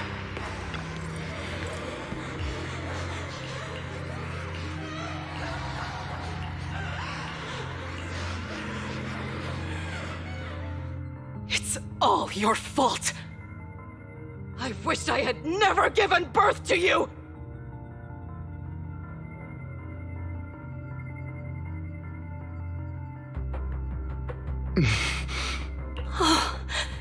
Everything will get better if you just die, right? If you die, he'll come back. We'll have another, more perfect child. One who will inherit the Ravenlock family bloodline. Then I'll be able to escape this pain.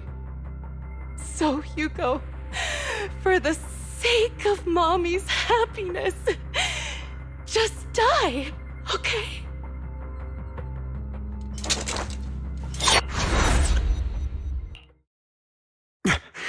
So, I wasn't awake yet after all. That's because you don't want to wake up again. Who are you? I am you. Hidden deep within your heart, you want to kill her, don't you? Your so-called mother. Every time she beat you without reason, when she tried to gouge out your eyes, when she sold you into that hell, laughing all the while. You wanted to be the one to end her life. Why not admit your hatred? As you are, you can hunt her down and make her pay for the living hell of a childhood she made you suffer. Yes, I hate her. I hate her because she was foolish and shallow, greedy and stupid. I hate her because she doesn't deserve to be a mother. She did everything she could to try and get into the Ravenlock family, believing she could live a life of luxury without having to do anything and never realizing she was a pawn, discarded from the very beginning. So she chose to blame me. Blame me for my heterochromia. Blame me for my very existence. But I won't kill her, because I know it won't change anything. She was incapable of loving me, just as she is incapable of loving herself. Have you been brainwashed by that dog? Keeping up the act of being some magnanimous and forgiving fool? Don't compare us. I've simply come to understand love or hate. I make my own choices, and they have nothing to do with anyone else. She sold you to the Ravenlock family for a huge sum of money. She used that money to start a new life without you. While she was indulging herself, you were going through hell in the Ravenlock Manor. Does it not torment you? Do you not feel the hatred?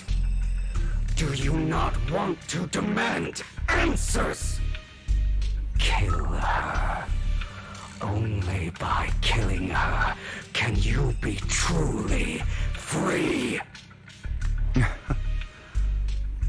For a long time, I thought the same way.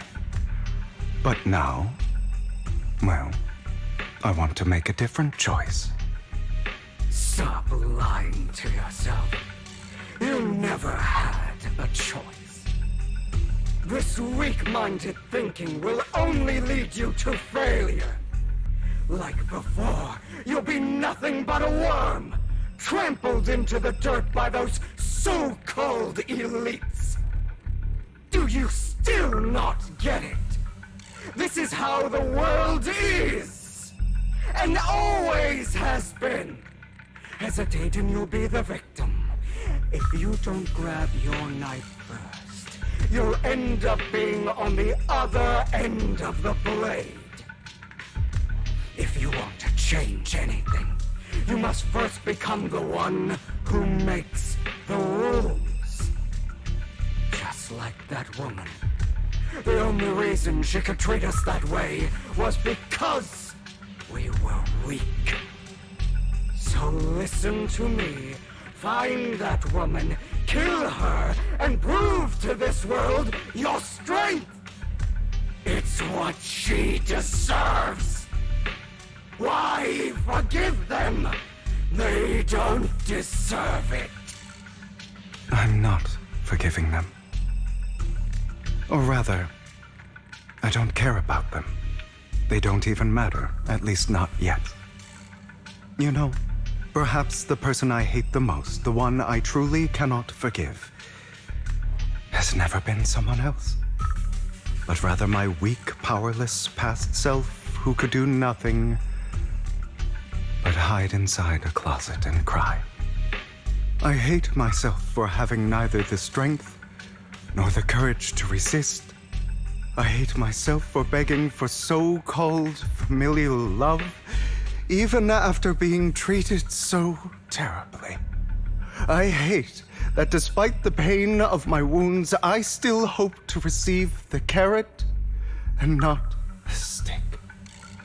And that me is you, correct? So, I forgive you. I forgive myself. You'll regret this, fool. Your pretty words mean nothing. You will ultimately return here to me.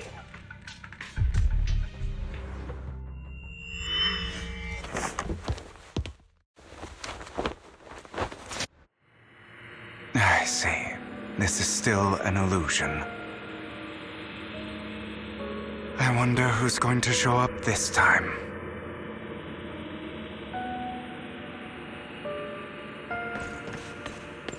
Brother! Hugo, let's play hide and seek! I'm already hiding! You'll find me, right? Like you always do! Serena.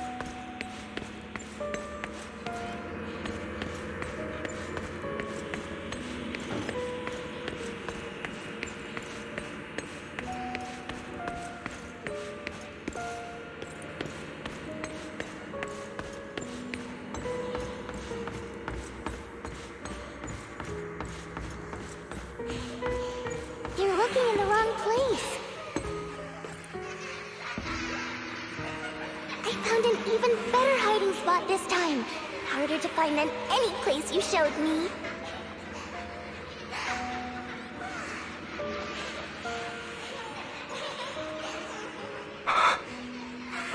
Hey, Hugo.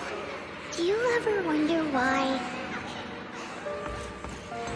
I had to die?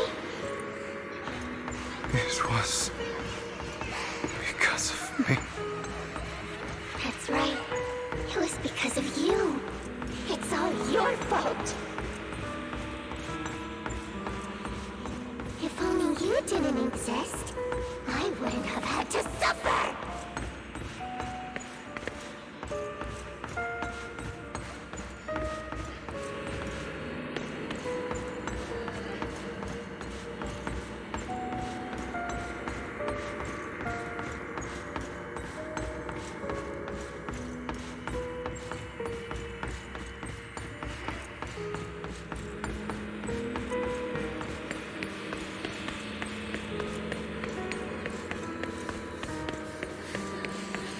Still looking in the wrong spot. I can't believe you still haven't found me after all this time.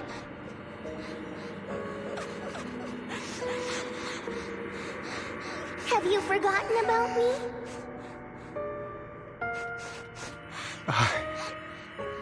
I haven't forgotten. It's okay. I'll forgive you. I'll still be nice to you, just like before.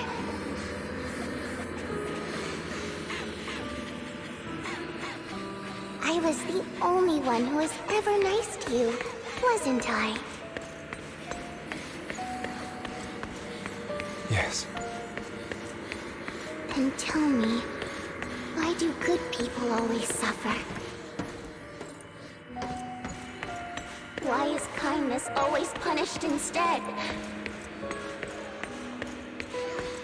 Tell me, Hugo, why?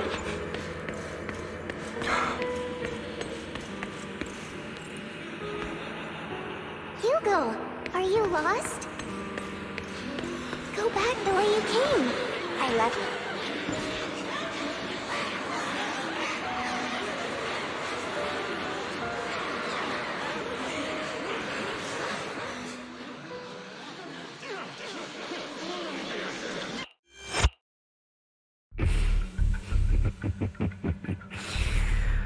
I told you that you would eventually return. We meet again, my friend. I told you, I am you. The side of you that you've always tried to deny existed. Of course. I know. This time it's about Serena. Right? Yes, your half-sister. And the only child in the Ravenlock family who was kind to you. Unfortunately, it was her kindness that led to her untimely death. It was my fault. I don't like the way you blame yourself, because that means I'm to blame as well. And I don't think I did anything wrong. Your mother sold you to the Ravenlocks. And your father, he saw your talent and wanted to use you to push the other children into competing with each other. My brothers and sisters wanted to get rid of me from the moment they first saw me. In their eyes, you were no more than a slave. But Serena dared to treat you, a slave, as if you were human. And so, she was fated to die. They tried to kill me many times, but I was careful, and they did not succeed. So they killed Serena, who was weaker, an easier target, and pinned everything on you. Serena died in your place. Those cruel brats thought that by reporting this to Father, they could use it to get rid of you, a rival who threatened their positions. Yet, not only did Father not blame you for the incident, he praised you for it. In this world, only the ruthless, cruel, and merciless can stand at the top. And that's exactly what you managed to live up to, no?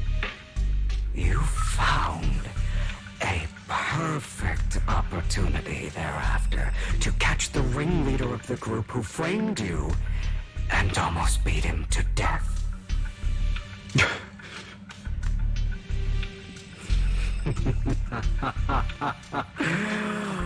Oh, you should have seen the expression on your face back then. Oh, crazed and manic with utmost delight. I don't remember that.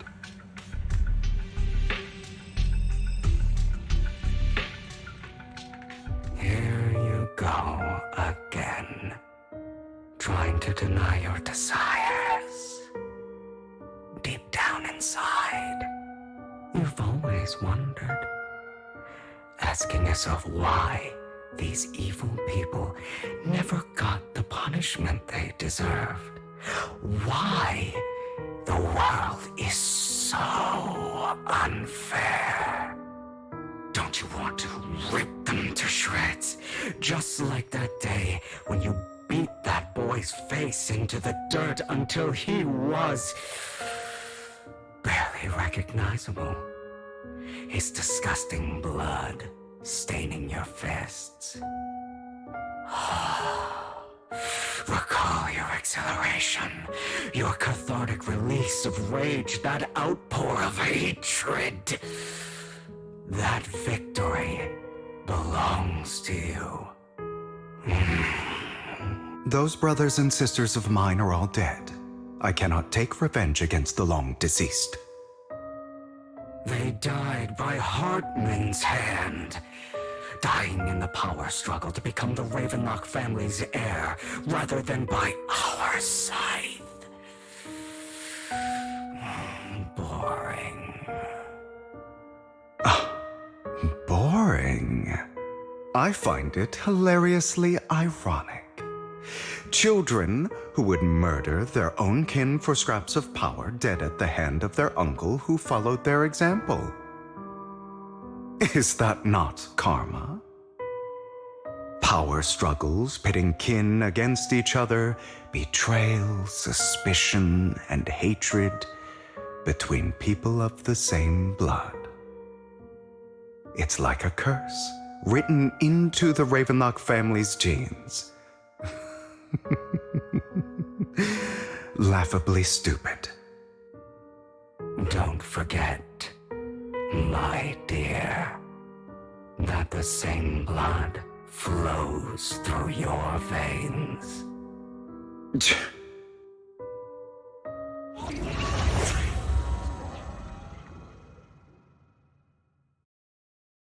That's right, my dear nephew.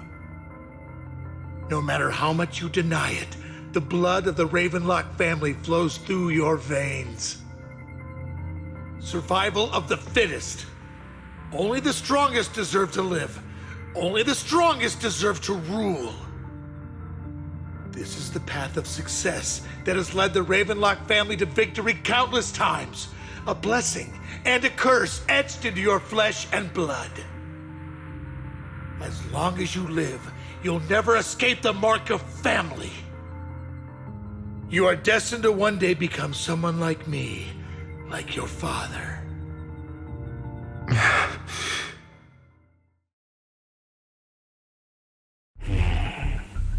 Is that fear I sense?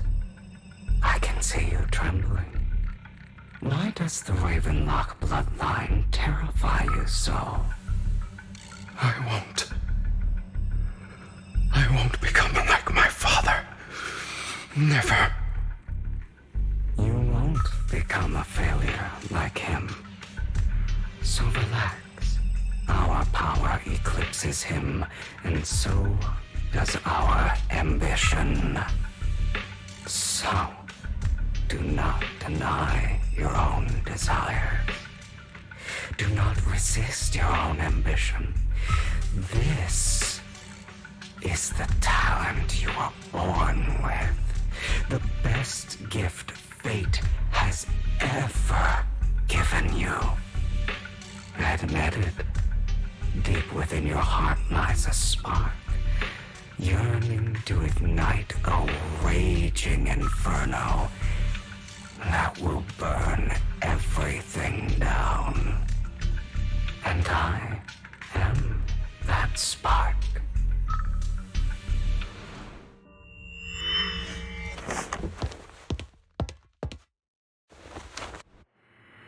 Lycon.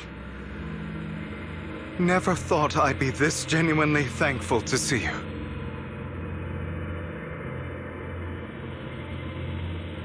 Seeing you means this never-ending night.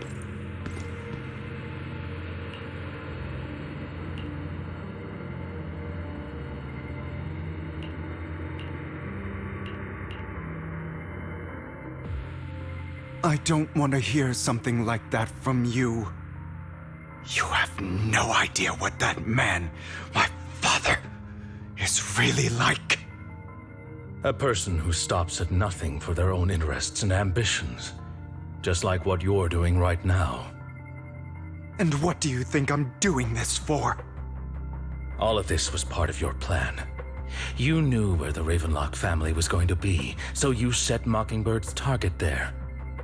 To seek revenge, you plotted to assassinate your own father, but he was too vigilant, and you failed.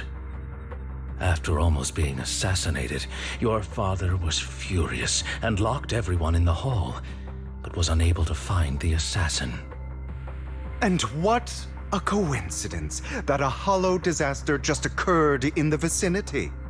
So he used it to eliminate all the unfamiliar faces there, turning them into victims of the hollow, an easy feat for the Ravenlock family. So, the one who killed innocents was my father, not me. You knew what choice an extremist like him would make, and you used the chaos to once again attempt an assassination. This time you succeeded. You killed your own father at the cost of innocent lives. Admit it, Hugo. You don't care about anyone else. The only thing you care about is your revenge. How is that any different from your father? Enough. I'm tired. I may hate him for betraying me, but he wouldn't say something like that. What? You aren't Lycon. You're the other me, hidden deep within my heart.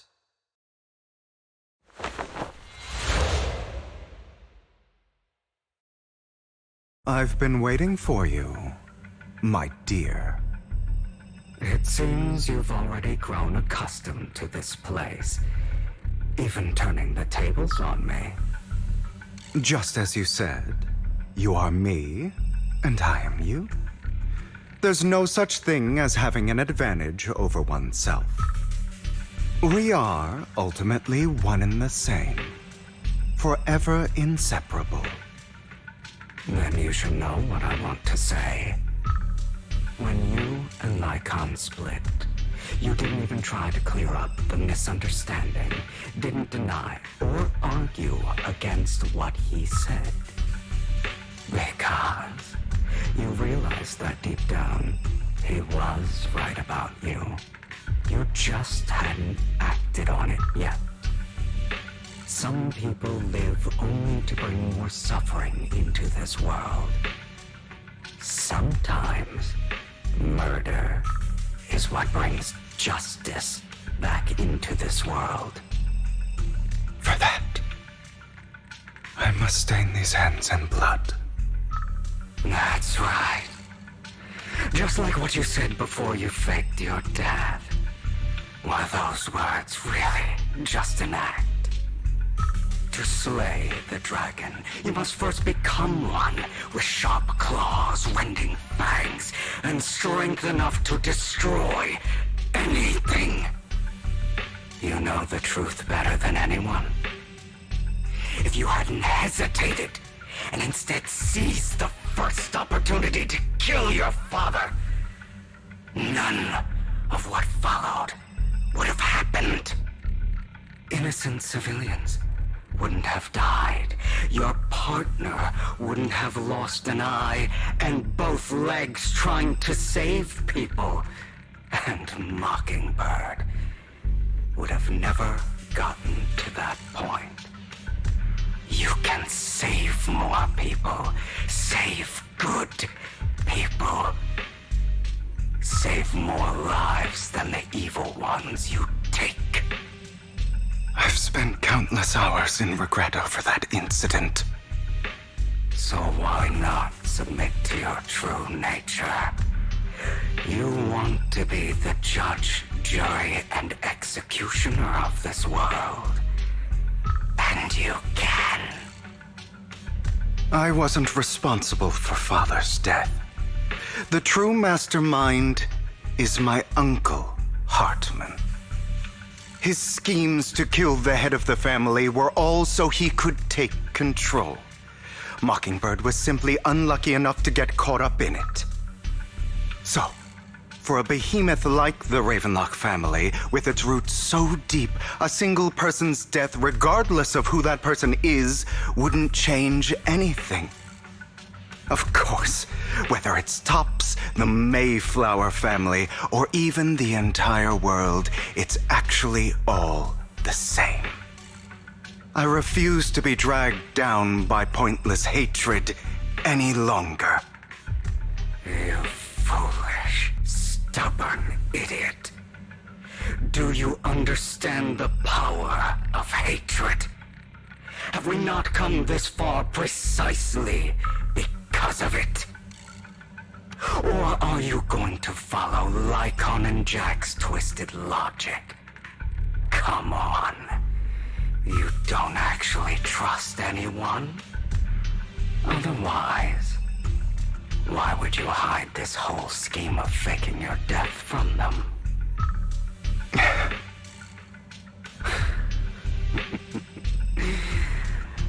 You've built an impenetrable wall around your heart, keeping everyone out.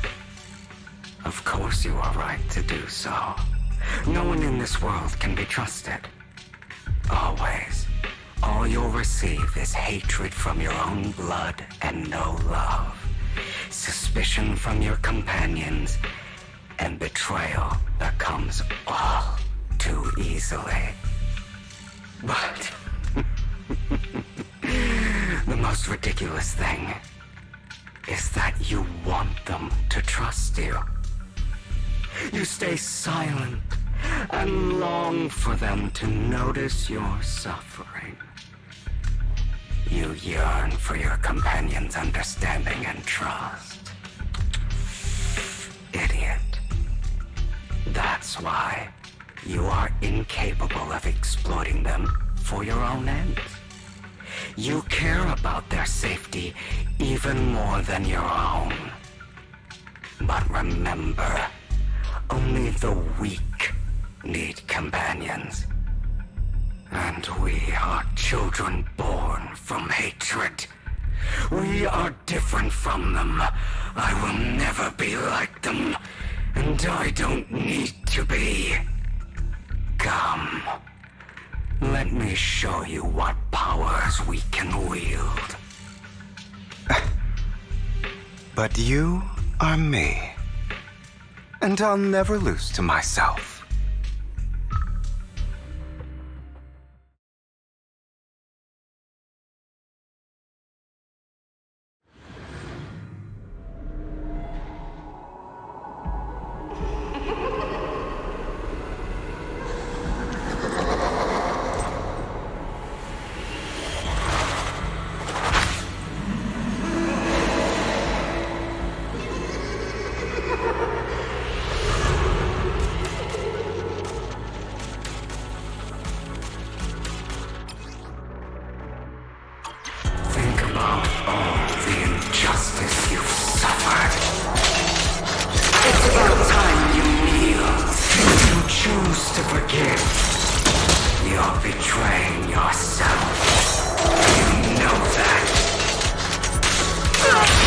Letting you consume me would be the real betrayal to myself.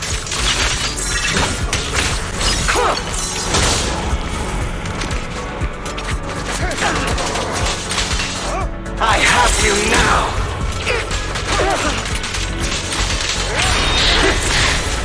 Is that all?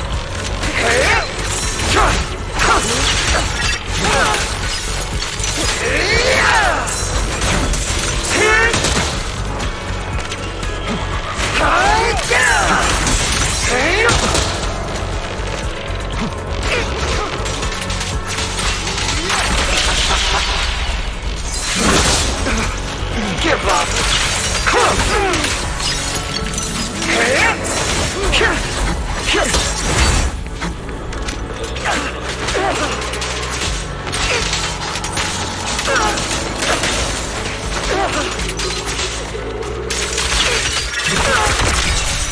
Beg for mercy!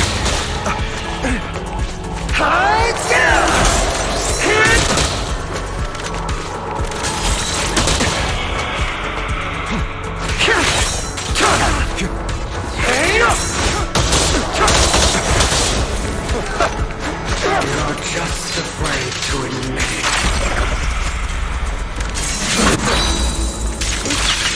Not bad. I get it.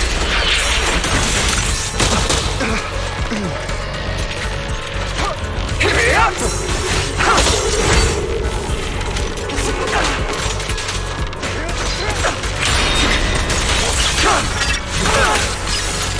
Trying to run, are we?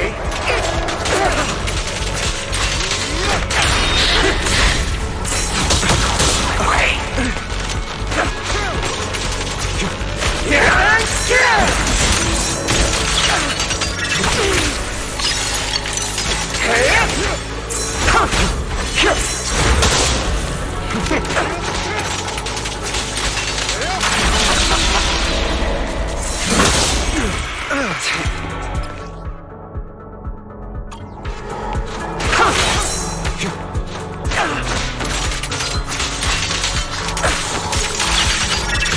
You're too scared to face your true self and what you truly desire. Prostrate yourself before the abyss.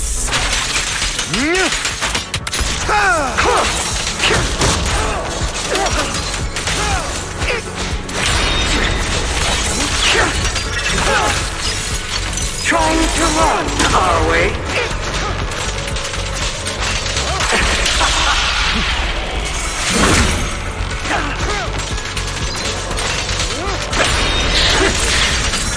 Is that all? Hit me up! Beg for mercy!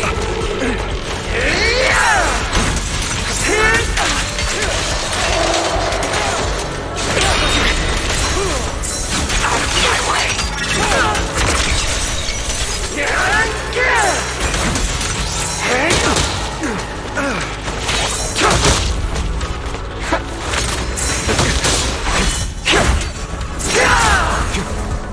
I have you now!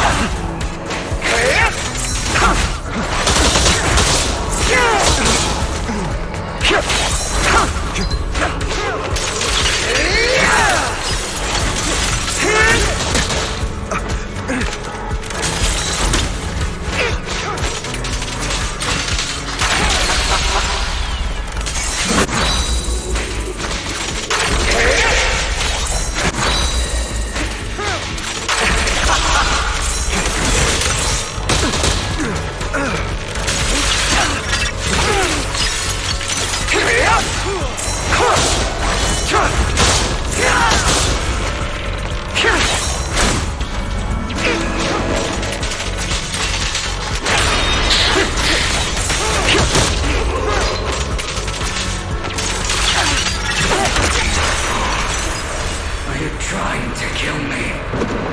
You think you can just get rid of me? Without me, you are nothing. For what it's worth, thank you. Don't be afraid. You and I are inseparable. You're part of me, just as I am part of you. Fancy words won't change anything. No. It's not just platitudes. I finally understand now. Some pain only fades when it's seen, when it's accepted.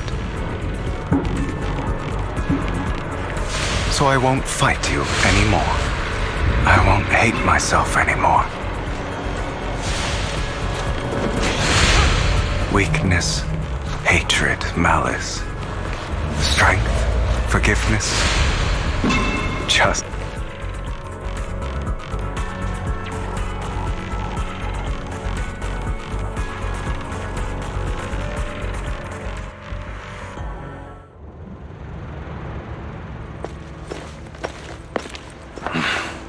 Hugo, it's time.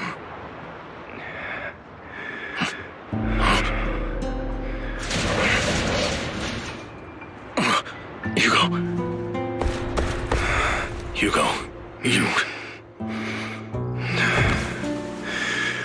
Did I scare you? I made it through. I won. No praise for me, my dearest partner.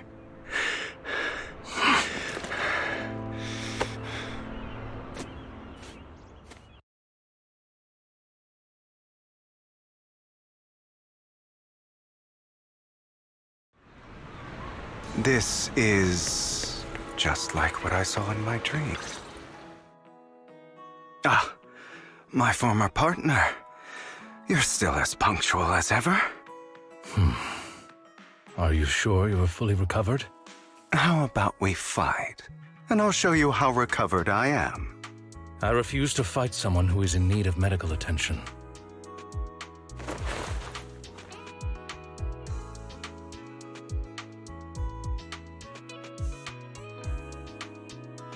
How thoughtful. I'm touched. Or perhaps is this simply part of Victoria Housekeeping's professional care? I'd rather you not starve to death.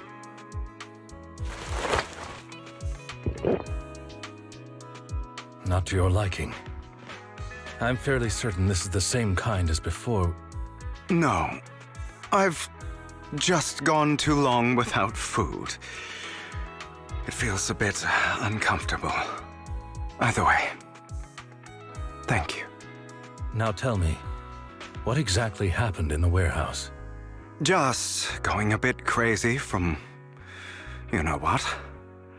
Were you expecting anything else? But I did have a very long dream. A dream about many things from the past. If I had to put it into words, it would be like giving myself psychological therapy. You seem like you could benefit from some too. How about it? Want to book a session with me? Trust me, I'm a pro. Seems you really have recovered. Well, of course. I'm feeling pretty great right now. Like I could argue with you all day on every petty detail of who exactly was in the wrong back then. I wanted to ask, what you said about Mockingbird before, when you faked your death, was that part of the act? Oh, you mean the part about how Mockingbird has never really changed anything or saved anyone. I didn't expect you to still be so hung up on this. Interesting. After all, it was you who chose to betray Mockingbird. To betray me. Just as I said before, I never considered Mockingbird a failure. Perhaps Mockingbird deviated from its origins, but it has its value. You shouldn't reject the things you've done. Or Mockingbird. I have contemplated this before. Yes. Mockingbird has helped some people and has genuinely managed to cause trouble for those who abuse their positions of power for evil. Yet those in high positions still possess immense resources, and the people we helped remain destitute and suffering, willing to become slaves to those in power for scraps. But just as you said, even if what we did was childishly idealistic and flawed, as little as we actually achieved, even the slightest change is by no means meaningless. Nothing holds more value to me than Mockingbird.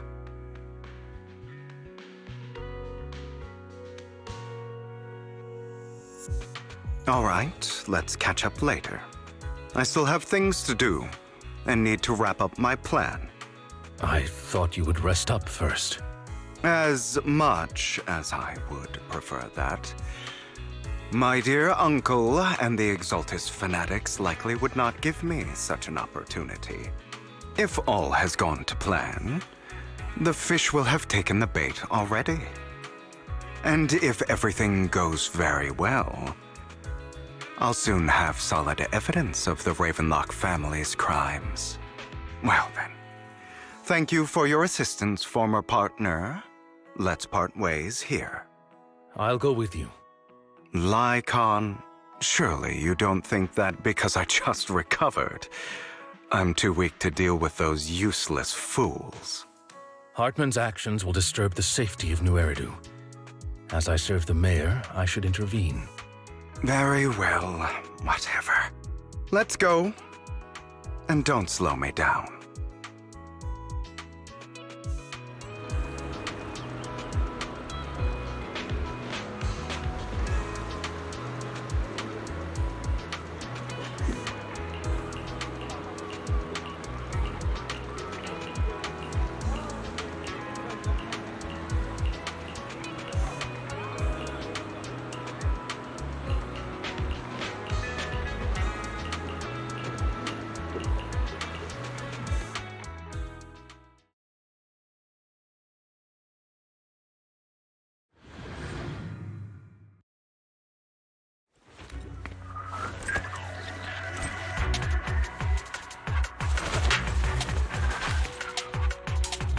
I'm sure you've heard about the missing workers from companies under the Ravenlock family, too.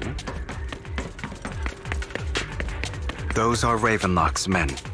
The workers with them are the victims who were tricked into going into the Hollow.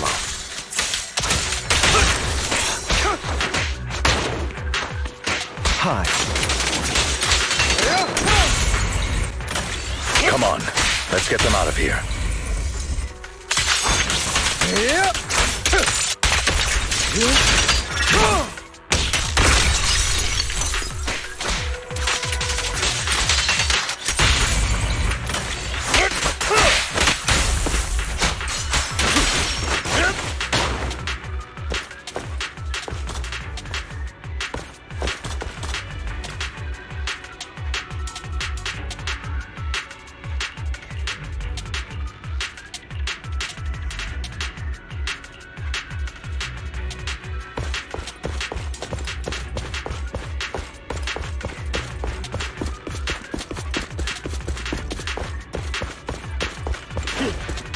Bunch of nobodies.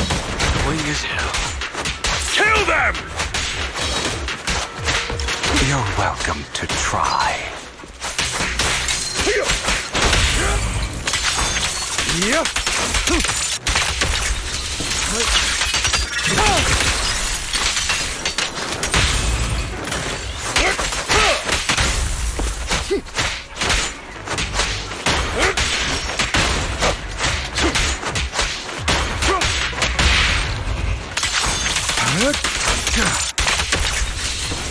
Scram before I get angry.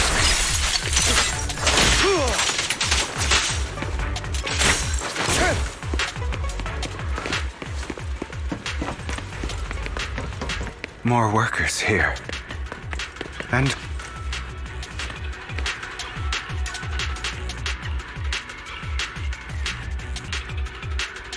is Hartman behind this, too? Of course. He threw them into the hollow like offerings for the exaltists.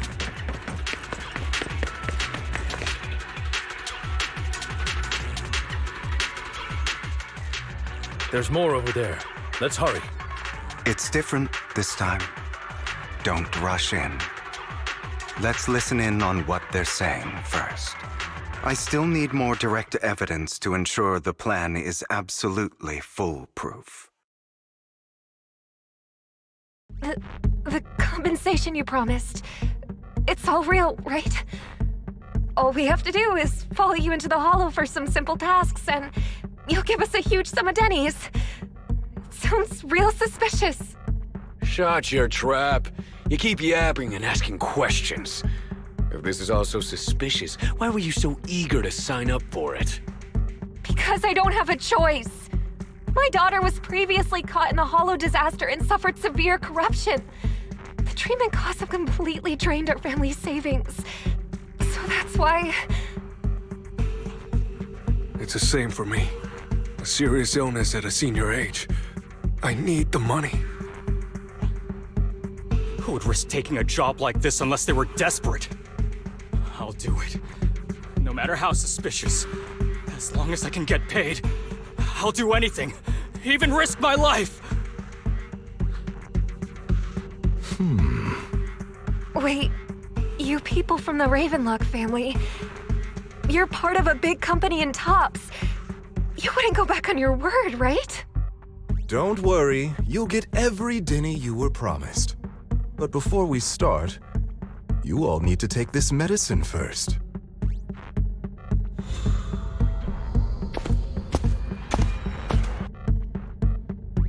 Bro, should we really be doing this already? These workers keep talking. We're wasting time like this. And the sooner they take it, the sooner it'll be over. Consider it an early release for them. What? You didn't say anything about having to take pills before. Look, this is good stuff, all right? It'll increase your ether aptitude. There's tons of people who'd kill for something like this. Exactly! You'll be working in the hollow for several hours. This is essential medication. You have to take it before we continue. If you refuse, then you can forget about the job. Of course, you won't receive the compensation either. Lycon, what are you doing? Rescuing those workers, of course. There's clearly something off about those pills. We can't let them take them. Now is not the right time. As I said, we need more evidence to ensure the plan works. And as I said many years ago, you can't exploit innocence to achieve your goal. So that's how you see it. If that's not what you want me to think, then explain everything to me. All right. It's a little complicated, but simply put, these workers will be fine. Of course, it's your choice to trust me or not. But if you try to rush in, I will stop you.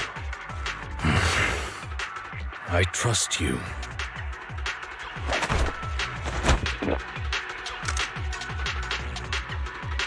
All right. That's the evidence. Now we can go and beat them into the ground as much as you want. Don't forget, you owe me an explanation. Also, don't overdo it and kill them. Even if they're the worst of the Ravenlock family. All right, Your Holiness, Saint Lycon. Who the hell are you? Why don't you take a guess? Stretch your legs. How are they feeling? To be honest, I think I prefer the way you used to fight.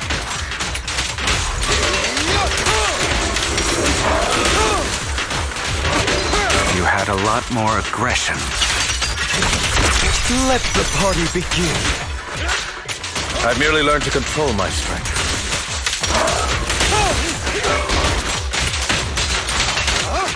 When I need to be aggressive, I will be.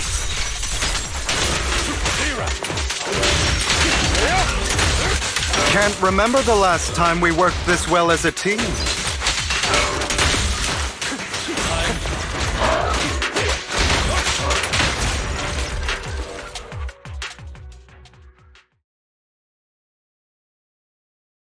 God damn it! Who the hell are you? How dare you mess with the Ravenlock family? Ravenlock. Savor the name while you can, for it will soon cease to exist. What's that supposed to mean? It means exactly what I said. I think this might be good for you.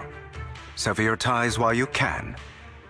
You still have a chance to walk your own path.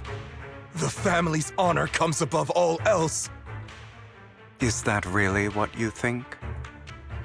I saw the compassion on your face just now. You're not from the main family, right? That's why you were assigned to these trivial tasks. But in reality, there's no need for you to keep playing this boring game for them. I don't have a choice. From the moment I was born into the Ravenlock family, You always have a choice, if you're willing to act.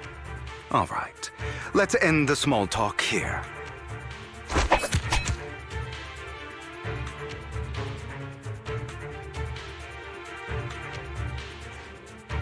Don't worry, Lycon. I didn't hit them too hard, just enough to keep them quiet. How's that? My acting's pretty good, right? As always, a certain someone should take some lessons from you. I'll leave the rest to you then. Okie dokie.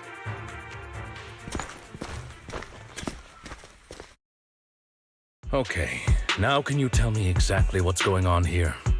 As you can see, that worker just now was actually an informant of mine. The pills were swapped out with vitamin tablets. Outside of this batch, some workers have already taken the actual substance Hartman has. But rest assured, the antidote for it is already in development. I found the best in the field to help, and with the data I collected before, we should have results soon. I wanted to ask. The reason you decided to lock yourself in a room and endure the effects of the drug, besides getting evidence, it was also to collect data on this drug in order to create an antidote, correct? It seems you're not completely beyond hope. I thought you were just being stubborn. Sometimes I wonder if you know me at all. Then, I have one last question. Why did you never tell me any of this back then? The truth is, I heard everything. That entire conversation between you and Jack. Before he passed away in that small attic. When Jack called you aside and gave you those warnings. When he told me you might go down the wrong path? That's right. You never said anything. What would I even do? Scream and rage over your suspicions, or get on my knees and beg for you to trust me? You know there's no way I'd allow myself to do such a thing. Besides, back then, even I was confused about myself. Jack, he... It's all in the past. You don't need to explain anything to me. Enough. We should get going. If we're going to reminisce over the past, we should find a more suitable location. Lycon, that incident back then, I didn't do it. It was a scheme Hartman devised to take over the family. It was Hartman who killed my father, too. I only discovered the truth long after the fact. I did indeed attack my father, and I thought he was dead. But he wasn't. I couldn't kill him. And even before that, if I hadn't hesitated, none of what followed would have happened. Even now, I still think they deserve death. But I no longer care to personally deliver that fate. They're beneath me. And I have more important things to do. You? I know we may never agree on that point, Lycon. I once wanted to fight against those ugly truths that defined me, but I discovered that the more I rejected them, the more painful it became. So, I could only accept that crazed, hateful, and malicious side of myself. As long as I know I will never become like my father, like Hartman, that is enough for me. You've changed. But I think that might be a good thing. Don't patronize me. You've changed a lot too, compared to before. I still disagree with Jack's words, and I won't forgive your betrayal. I will walk the path I believe is right, even if I must tread over thorns and through the mud. But I will also allow you to walk your own path, Lycon. Should I say thank you? You're welcome. Come to think of it, we haven't talked about your legs and eye. It was just an accident, not your fault. I'm doing well now. I hope you are too. On the contrary, perhaps I should be the one apologizing. I misjudged you. I used to think you wanted power, that everything you did was for your own ambitions. I thought you wanted the power to pass judgment on all in this world like a god. I am a god. I am my own god. Or you could say that in this world, everyone is their own god. There are many things that we are powerless to change. But there are also many choices we can make. Just as I said before, I am the only one who can kill me or save me. I'm glad you think that way. Let's go. I still have one last thing to do. To witness the end of Ravenlock.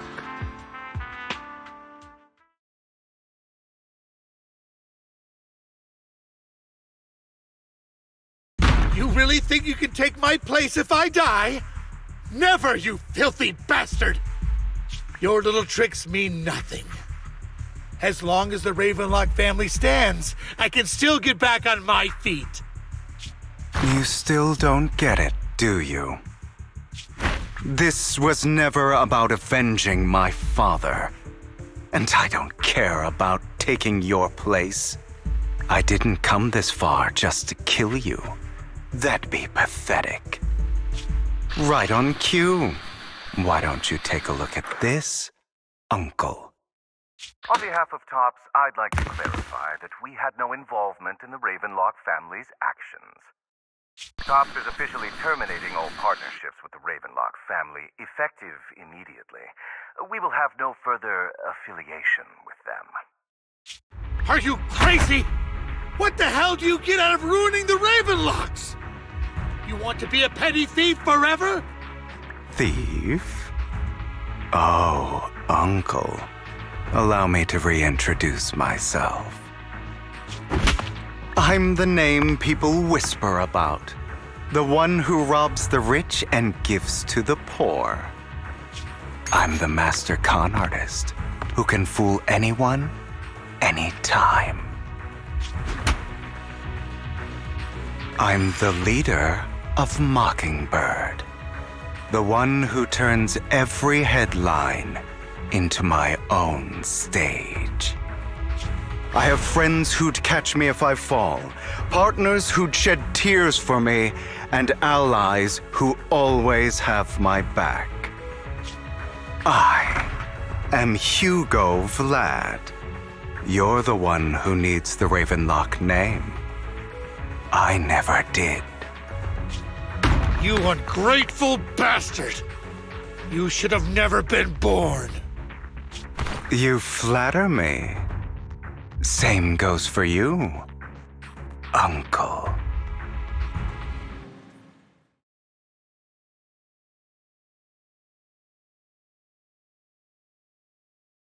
You've done well, Vivian.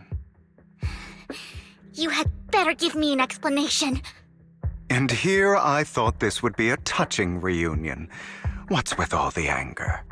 Hugo, I'm a member of Mockingbird too. And I mourned your death. Listen, Vivian. I don't want you or the people you cherish to get caught up in danger because of me. I've always been selfish, so I don't hesitate to use you all as variables in my plans. But it is because I am selfish that I also don't want my failures to affect my treasured companions. In any case, if you were in the same position, would you not make the same decisions? Lycon's taking care of everything outside. We should go. Also, Wise, thank you. And I'm sorry for the whole act where I threatened you. It was the only way for Hartman to drop his guard against you and leave you be.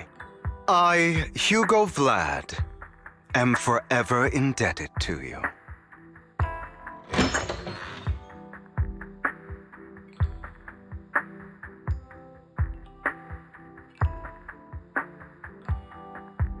Master Proxy, although it is late, there is some important intel that I must give you now.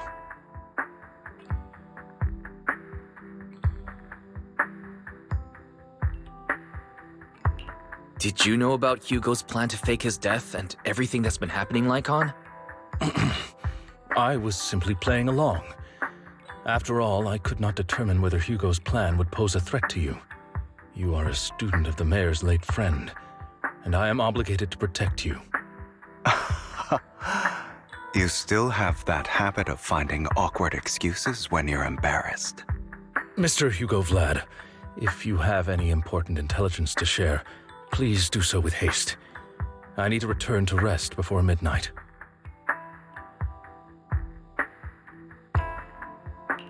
You two sure are, close?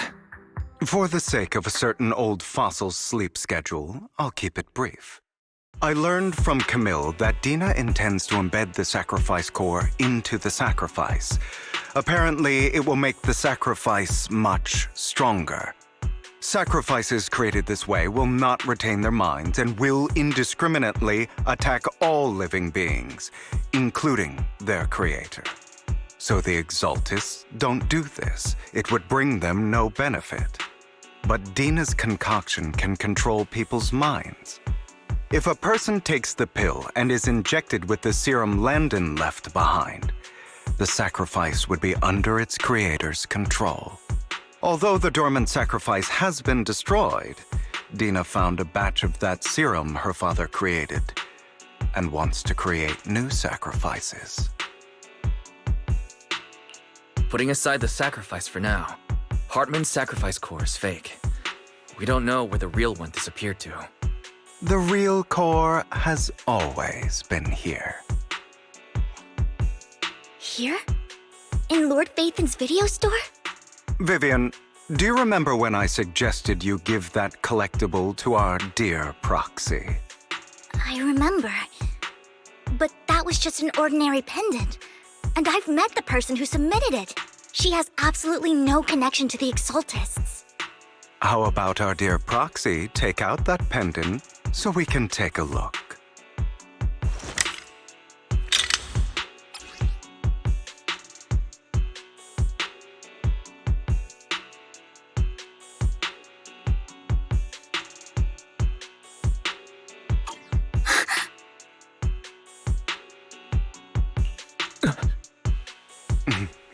I'll take your surprised expressions as a compliment for my little trick. I will hand over this core to the mayor as agreed, since he fulfilled his promise to protect Vivian and the manager while I was pretending to be dead. I won't go back on my promises. No wonder the mayor would promote rhetoric favorable to Mockingbird. I can't believe I thought he was actually being sincere. Since we have the sacrifice core, All we have to do now is stop Dina from using innocent people to make more sacrifices. Yes. And we need to destroy the last batch of Landon serum. Hopefully with no options left, Dina will give up her obsession. All right. That's the important stuff. I'm going to go and confirm where Landon's serum's been stashed. I'll contact you again once I have something.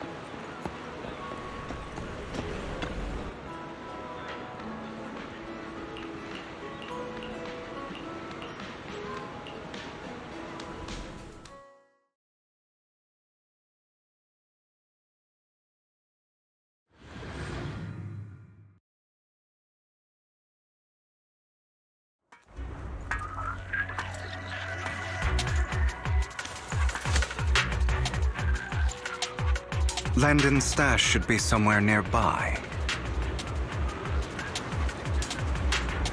I did some digging. Some of the missing workers were brought here too. In position. As you wish. Dina's getting ready to make her move. Don't worry, we'll clear them out.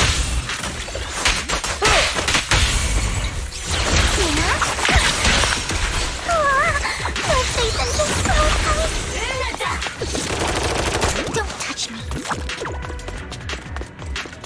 They're trying to destroy the goods! Stop us!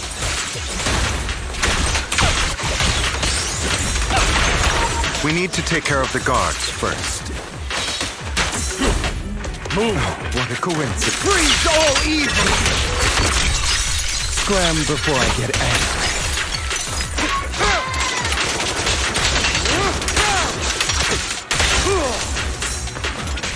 Some of the serum is stored in this warehouse.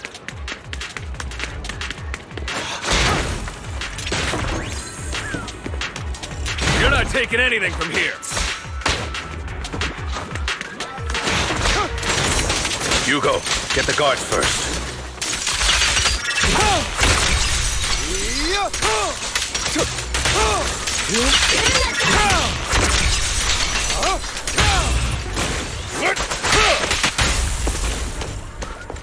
You just stepped into your own grave! I'm borrowing your tunnel. Fools. Aside! Allow me to reap your sins.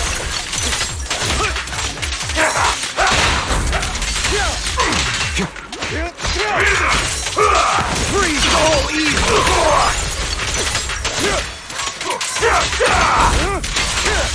Prepare to kneel before me.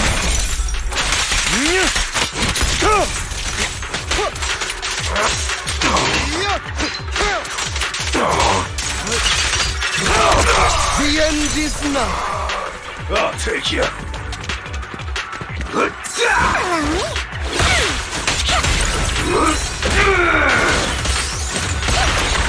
Out of my way!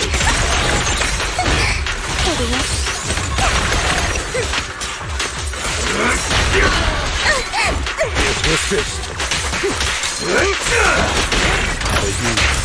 I'll eliminate any obstacles.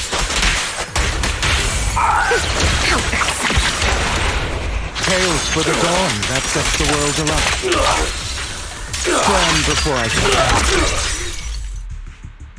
More of Landon's serum survives than expected.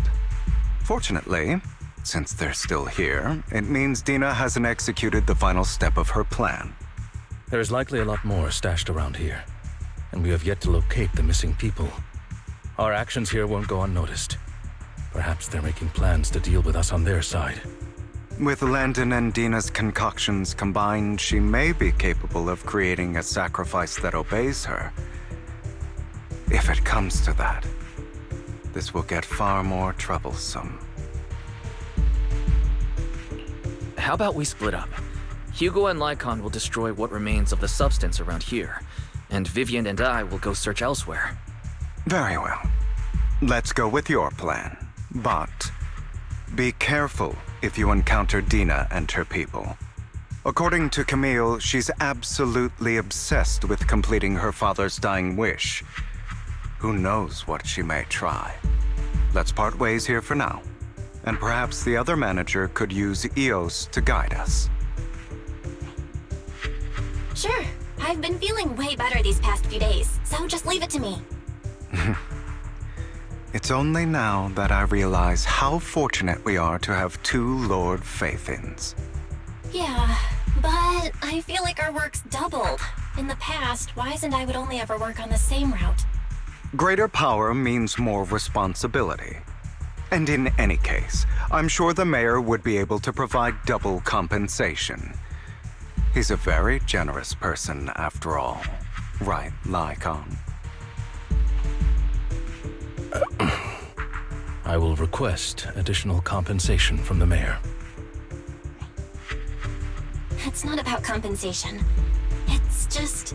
I'm still not used to us being separated in the Hollow, so I'm worried about Wise's safety. Oh, but I have no doubt in your abilities. I just haven't gotten used to it yet.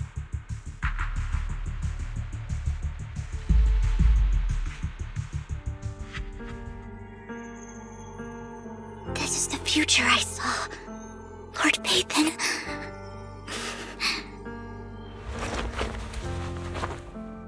I'm sorry. This time, I will make sure the future I saw does not come to pass. I don't want to bring you misfortune. That's all I wish.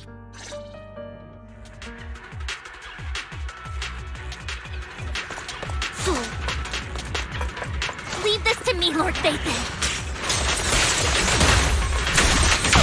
The win is you.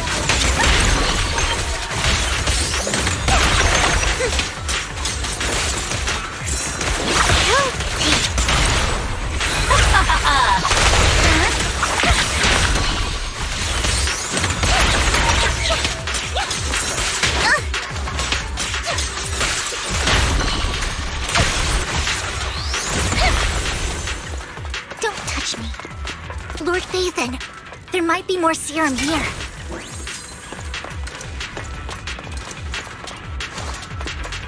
How dare you steal from Lady Dina! Fool. I'll try to go easy on you. No problem.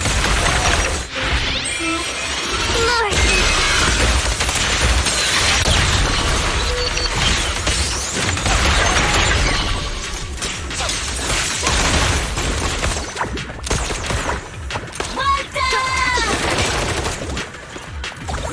Fool. There are containers by the fissure.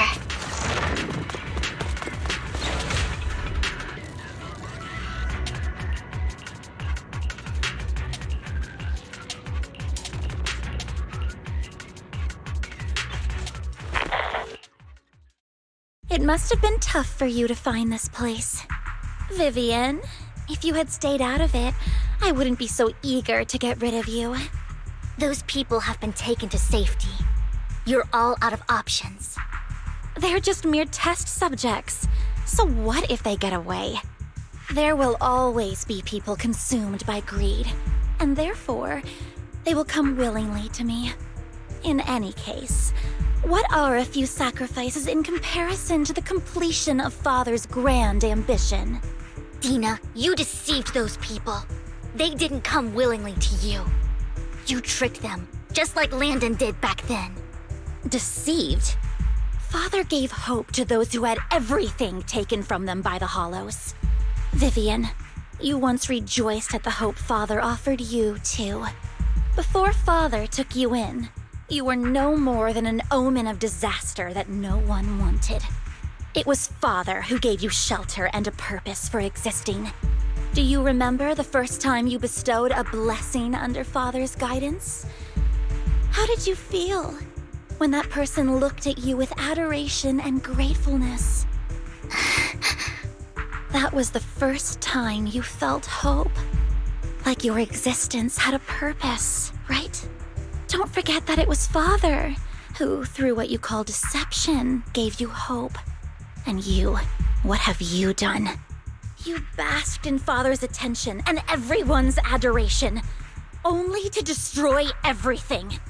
Do you think that by leaving the Exaltists, those people will live better lives? Of course not. Those who suffered under the Hollows will only continue on as walking corpses, without the hope Father gave them. Do you really think you're some sort of savior, Vivian? In the end, you're just an ungrateful brat who brings misfortune to those around her. It was you who destroyed everyone's hope. Not everyone wants to live in false hope, Dina. You say it's because of greed that people willingly become your sacrifices. Perhaps those people aren't entirely virtuous. But that greed is just wanting to live a better life beyond the Hollows. What you and Landon have done was never about giving people hope, but exploiting it. Stop lying to yourself. Deep down, you know what Landon did was cruel. No. Back then, when Landon wanted to inject you with the serum, the fear in your face was as plain as day. I saw it all clearly. If all of this is as righteous as you claim, then why did you make such an expression, Dina? Don't look at me with such pity! Father did nothing wrong. All of this is to make something of the Hollows other than disaster. That's everyone's only hope. Dina, it's not too late to stop. Stop living in this lie.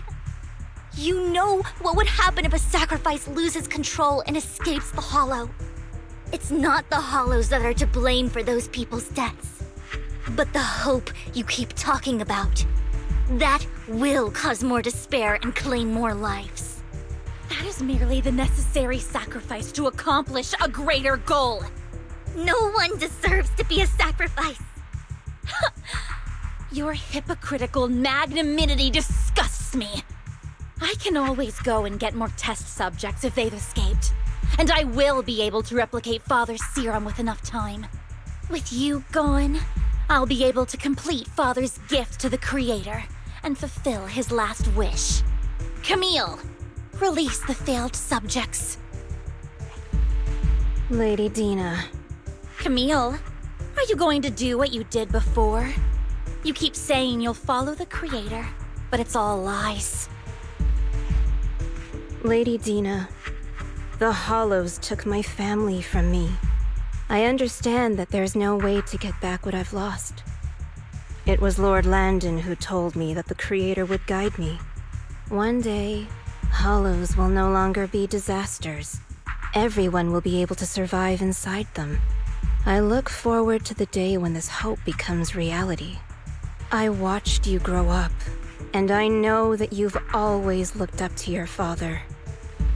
He gives you hope, and I destroyed that hope with my own hands. I know the pain of loss, so I've always felt guilty. I want to atone for the hope I destroyed.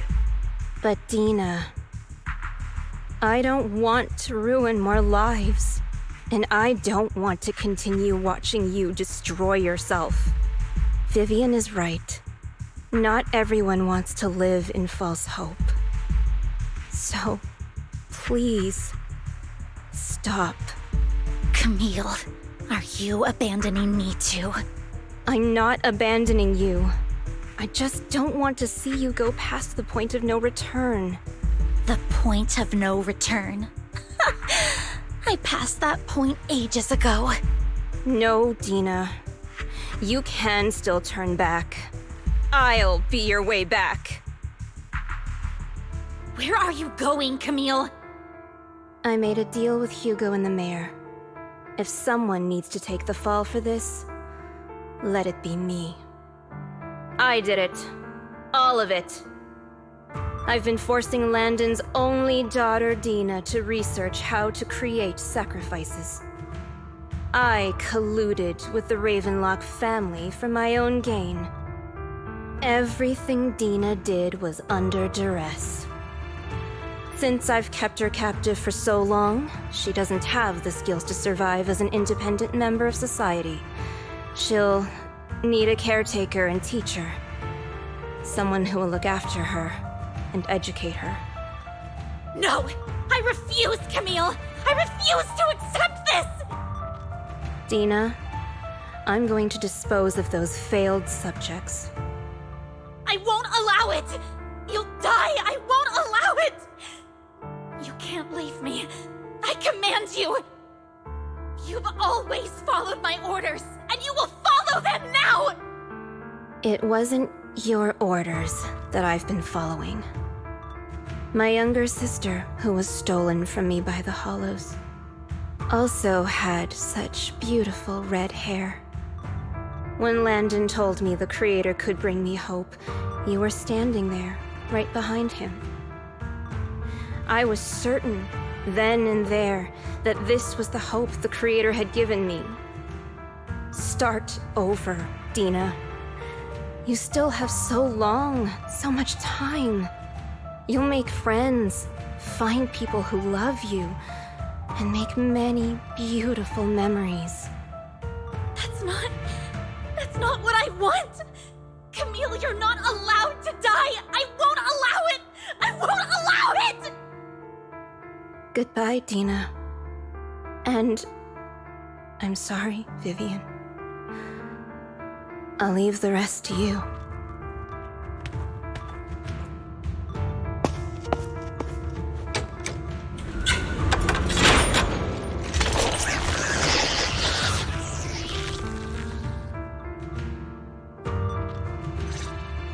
Let's take out these ethereals first. Your filthy hands off. We can't let Camille's efforts go to waste.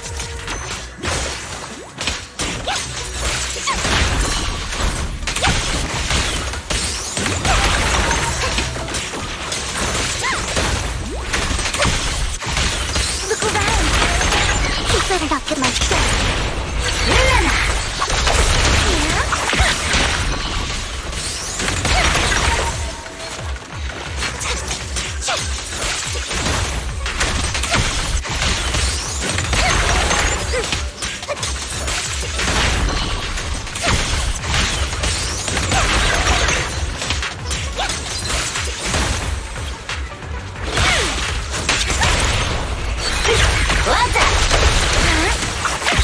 Let's go after Dina, Lord Phaethon.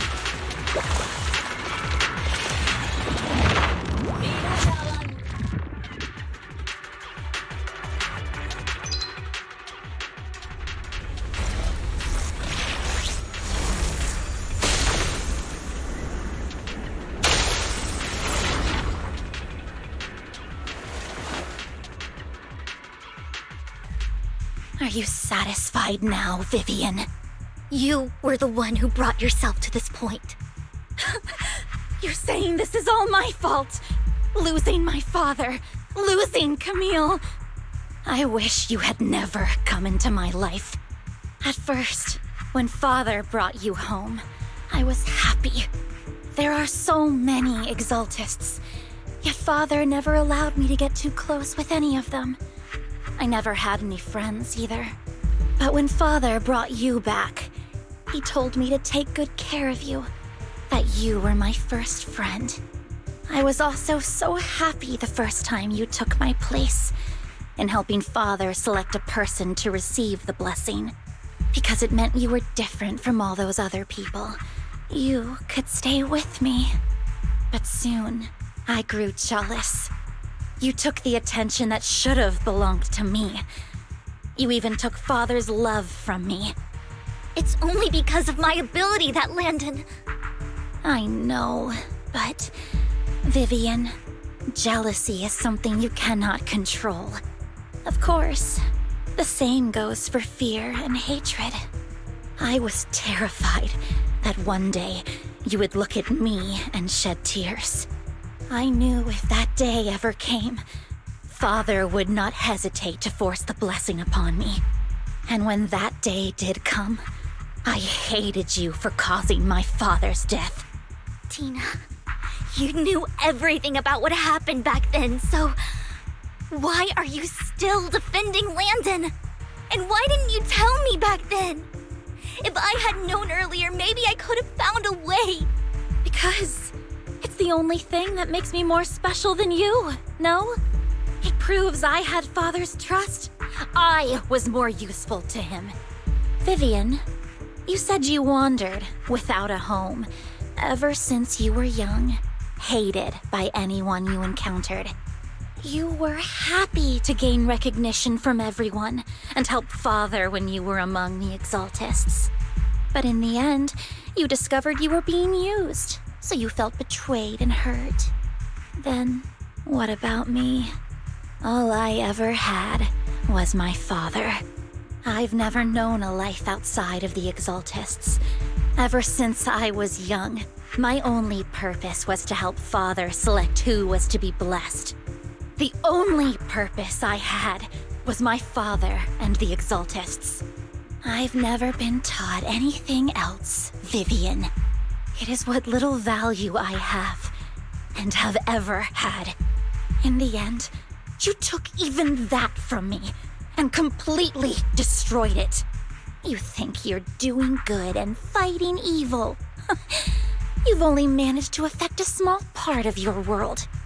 But have you ever wondered if maybe that's all there is to my world? I never wanted to hurt you. You are also my first friend. And that's why I wanted to save you back then. Save me? You and Camille all talk about saving me. Why don't you understand? To me, loss is so much more painful than death. Tina, you can start over. Everything Camille did was so you could live on. Let's leave the Hollow together. There are so many amazing places in New Eridu. This time, I'll take care of you. I've also met so many amazing people. I'm sure they'll love you too. Okay, Dina?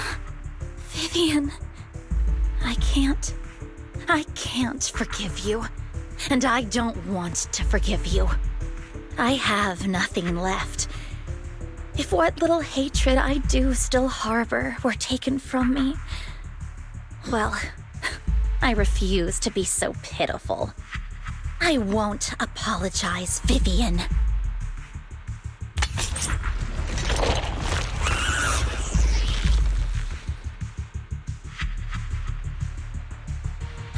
That's just the kind of person I am. Hateful and despicable. I refuse to owe anyone anything. I refuse to feel regret. I won't. Vivian, I will keep hating you. I will take all who are precious to you. I will also hate Camille, so I won't do as she wished and start a new life. Vivian, if you had never existed, if I had never, you would... Lord Phaethon, please do not interfere. She was my first friend. I'm going to bid her farewell.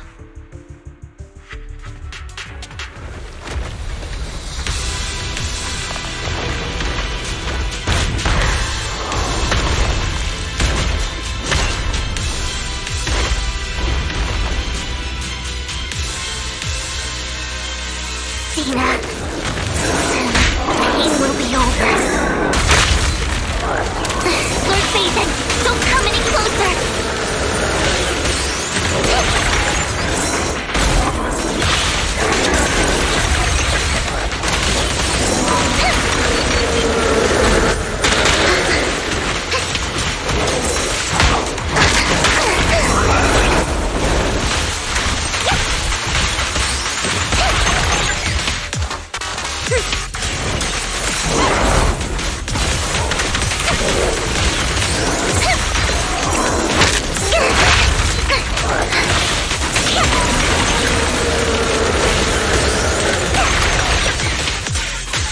Who dares get between me and Lord Phaethon?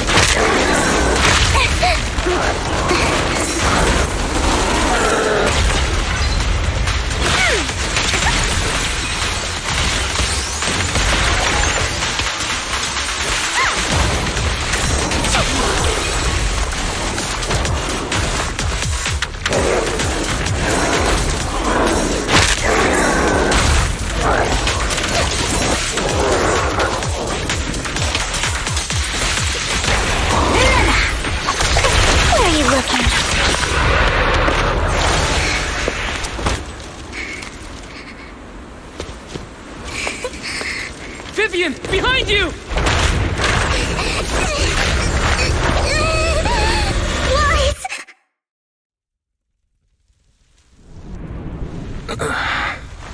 What happened? What the...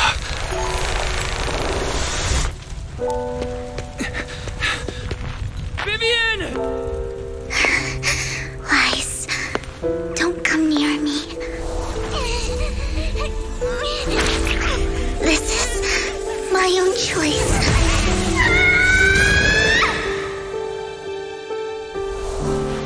I will change the fate I saw. Vivian!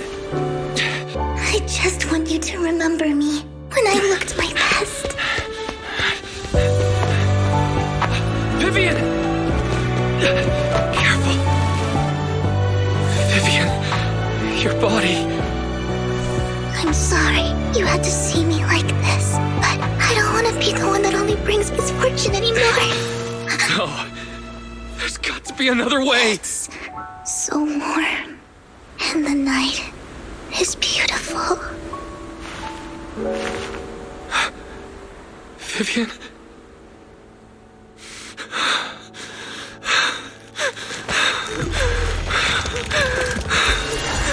No!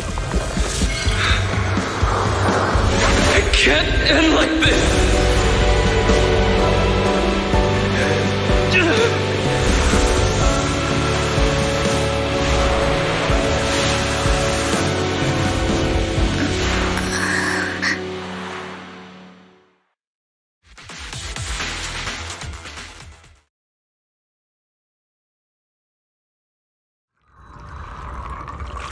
Wise. Wise, you're finally awake. I'm at the store? I remember I was with Vivian. Wait, she injected herself with Landon's serum. Is she okay? Hugo and Lycon brought you out of the hollow.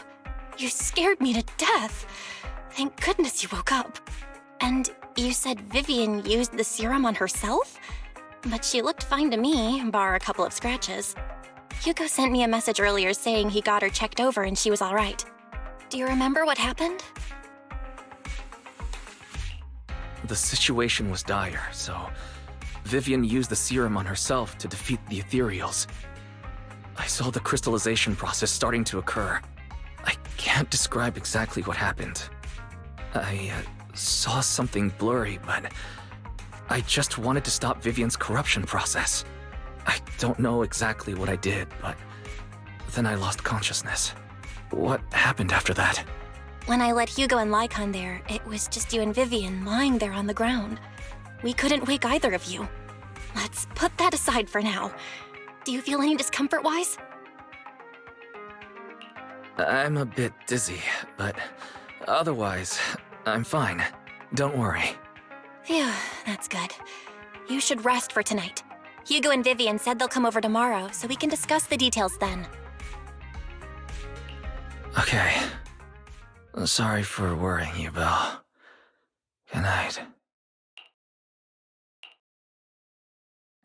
Lord Phaethon! How are you feeling? No headaches? Leg pains? Heart palpitations? Loss of appetite? Vivian? I was just so worried. Sorry. Anyway, Lord Phaethon, I'm so glad you're okay. What happened this time was all my fault.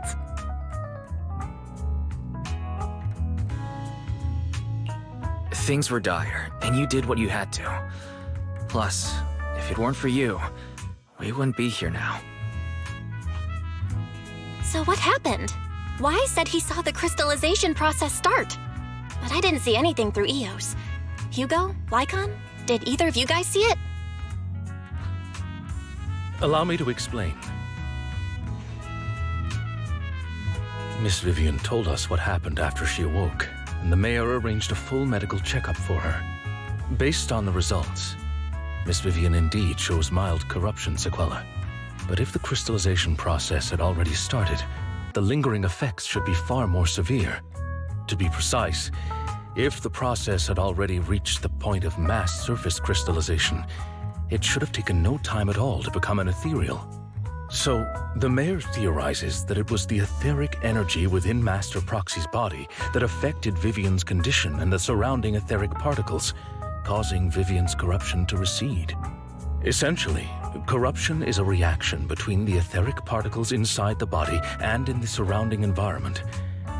Therefore, it's not necessarily irreversible, just that currently our mainstream method of defense is prevention.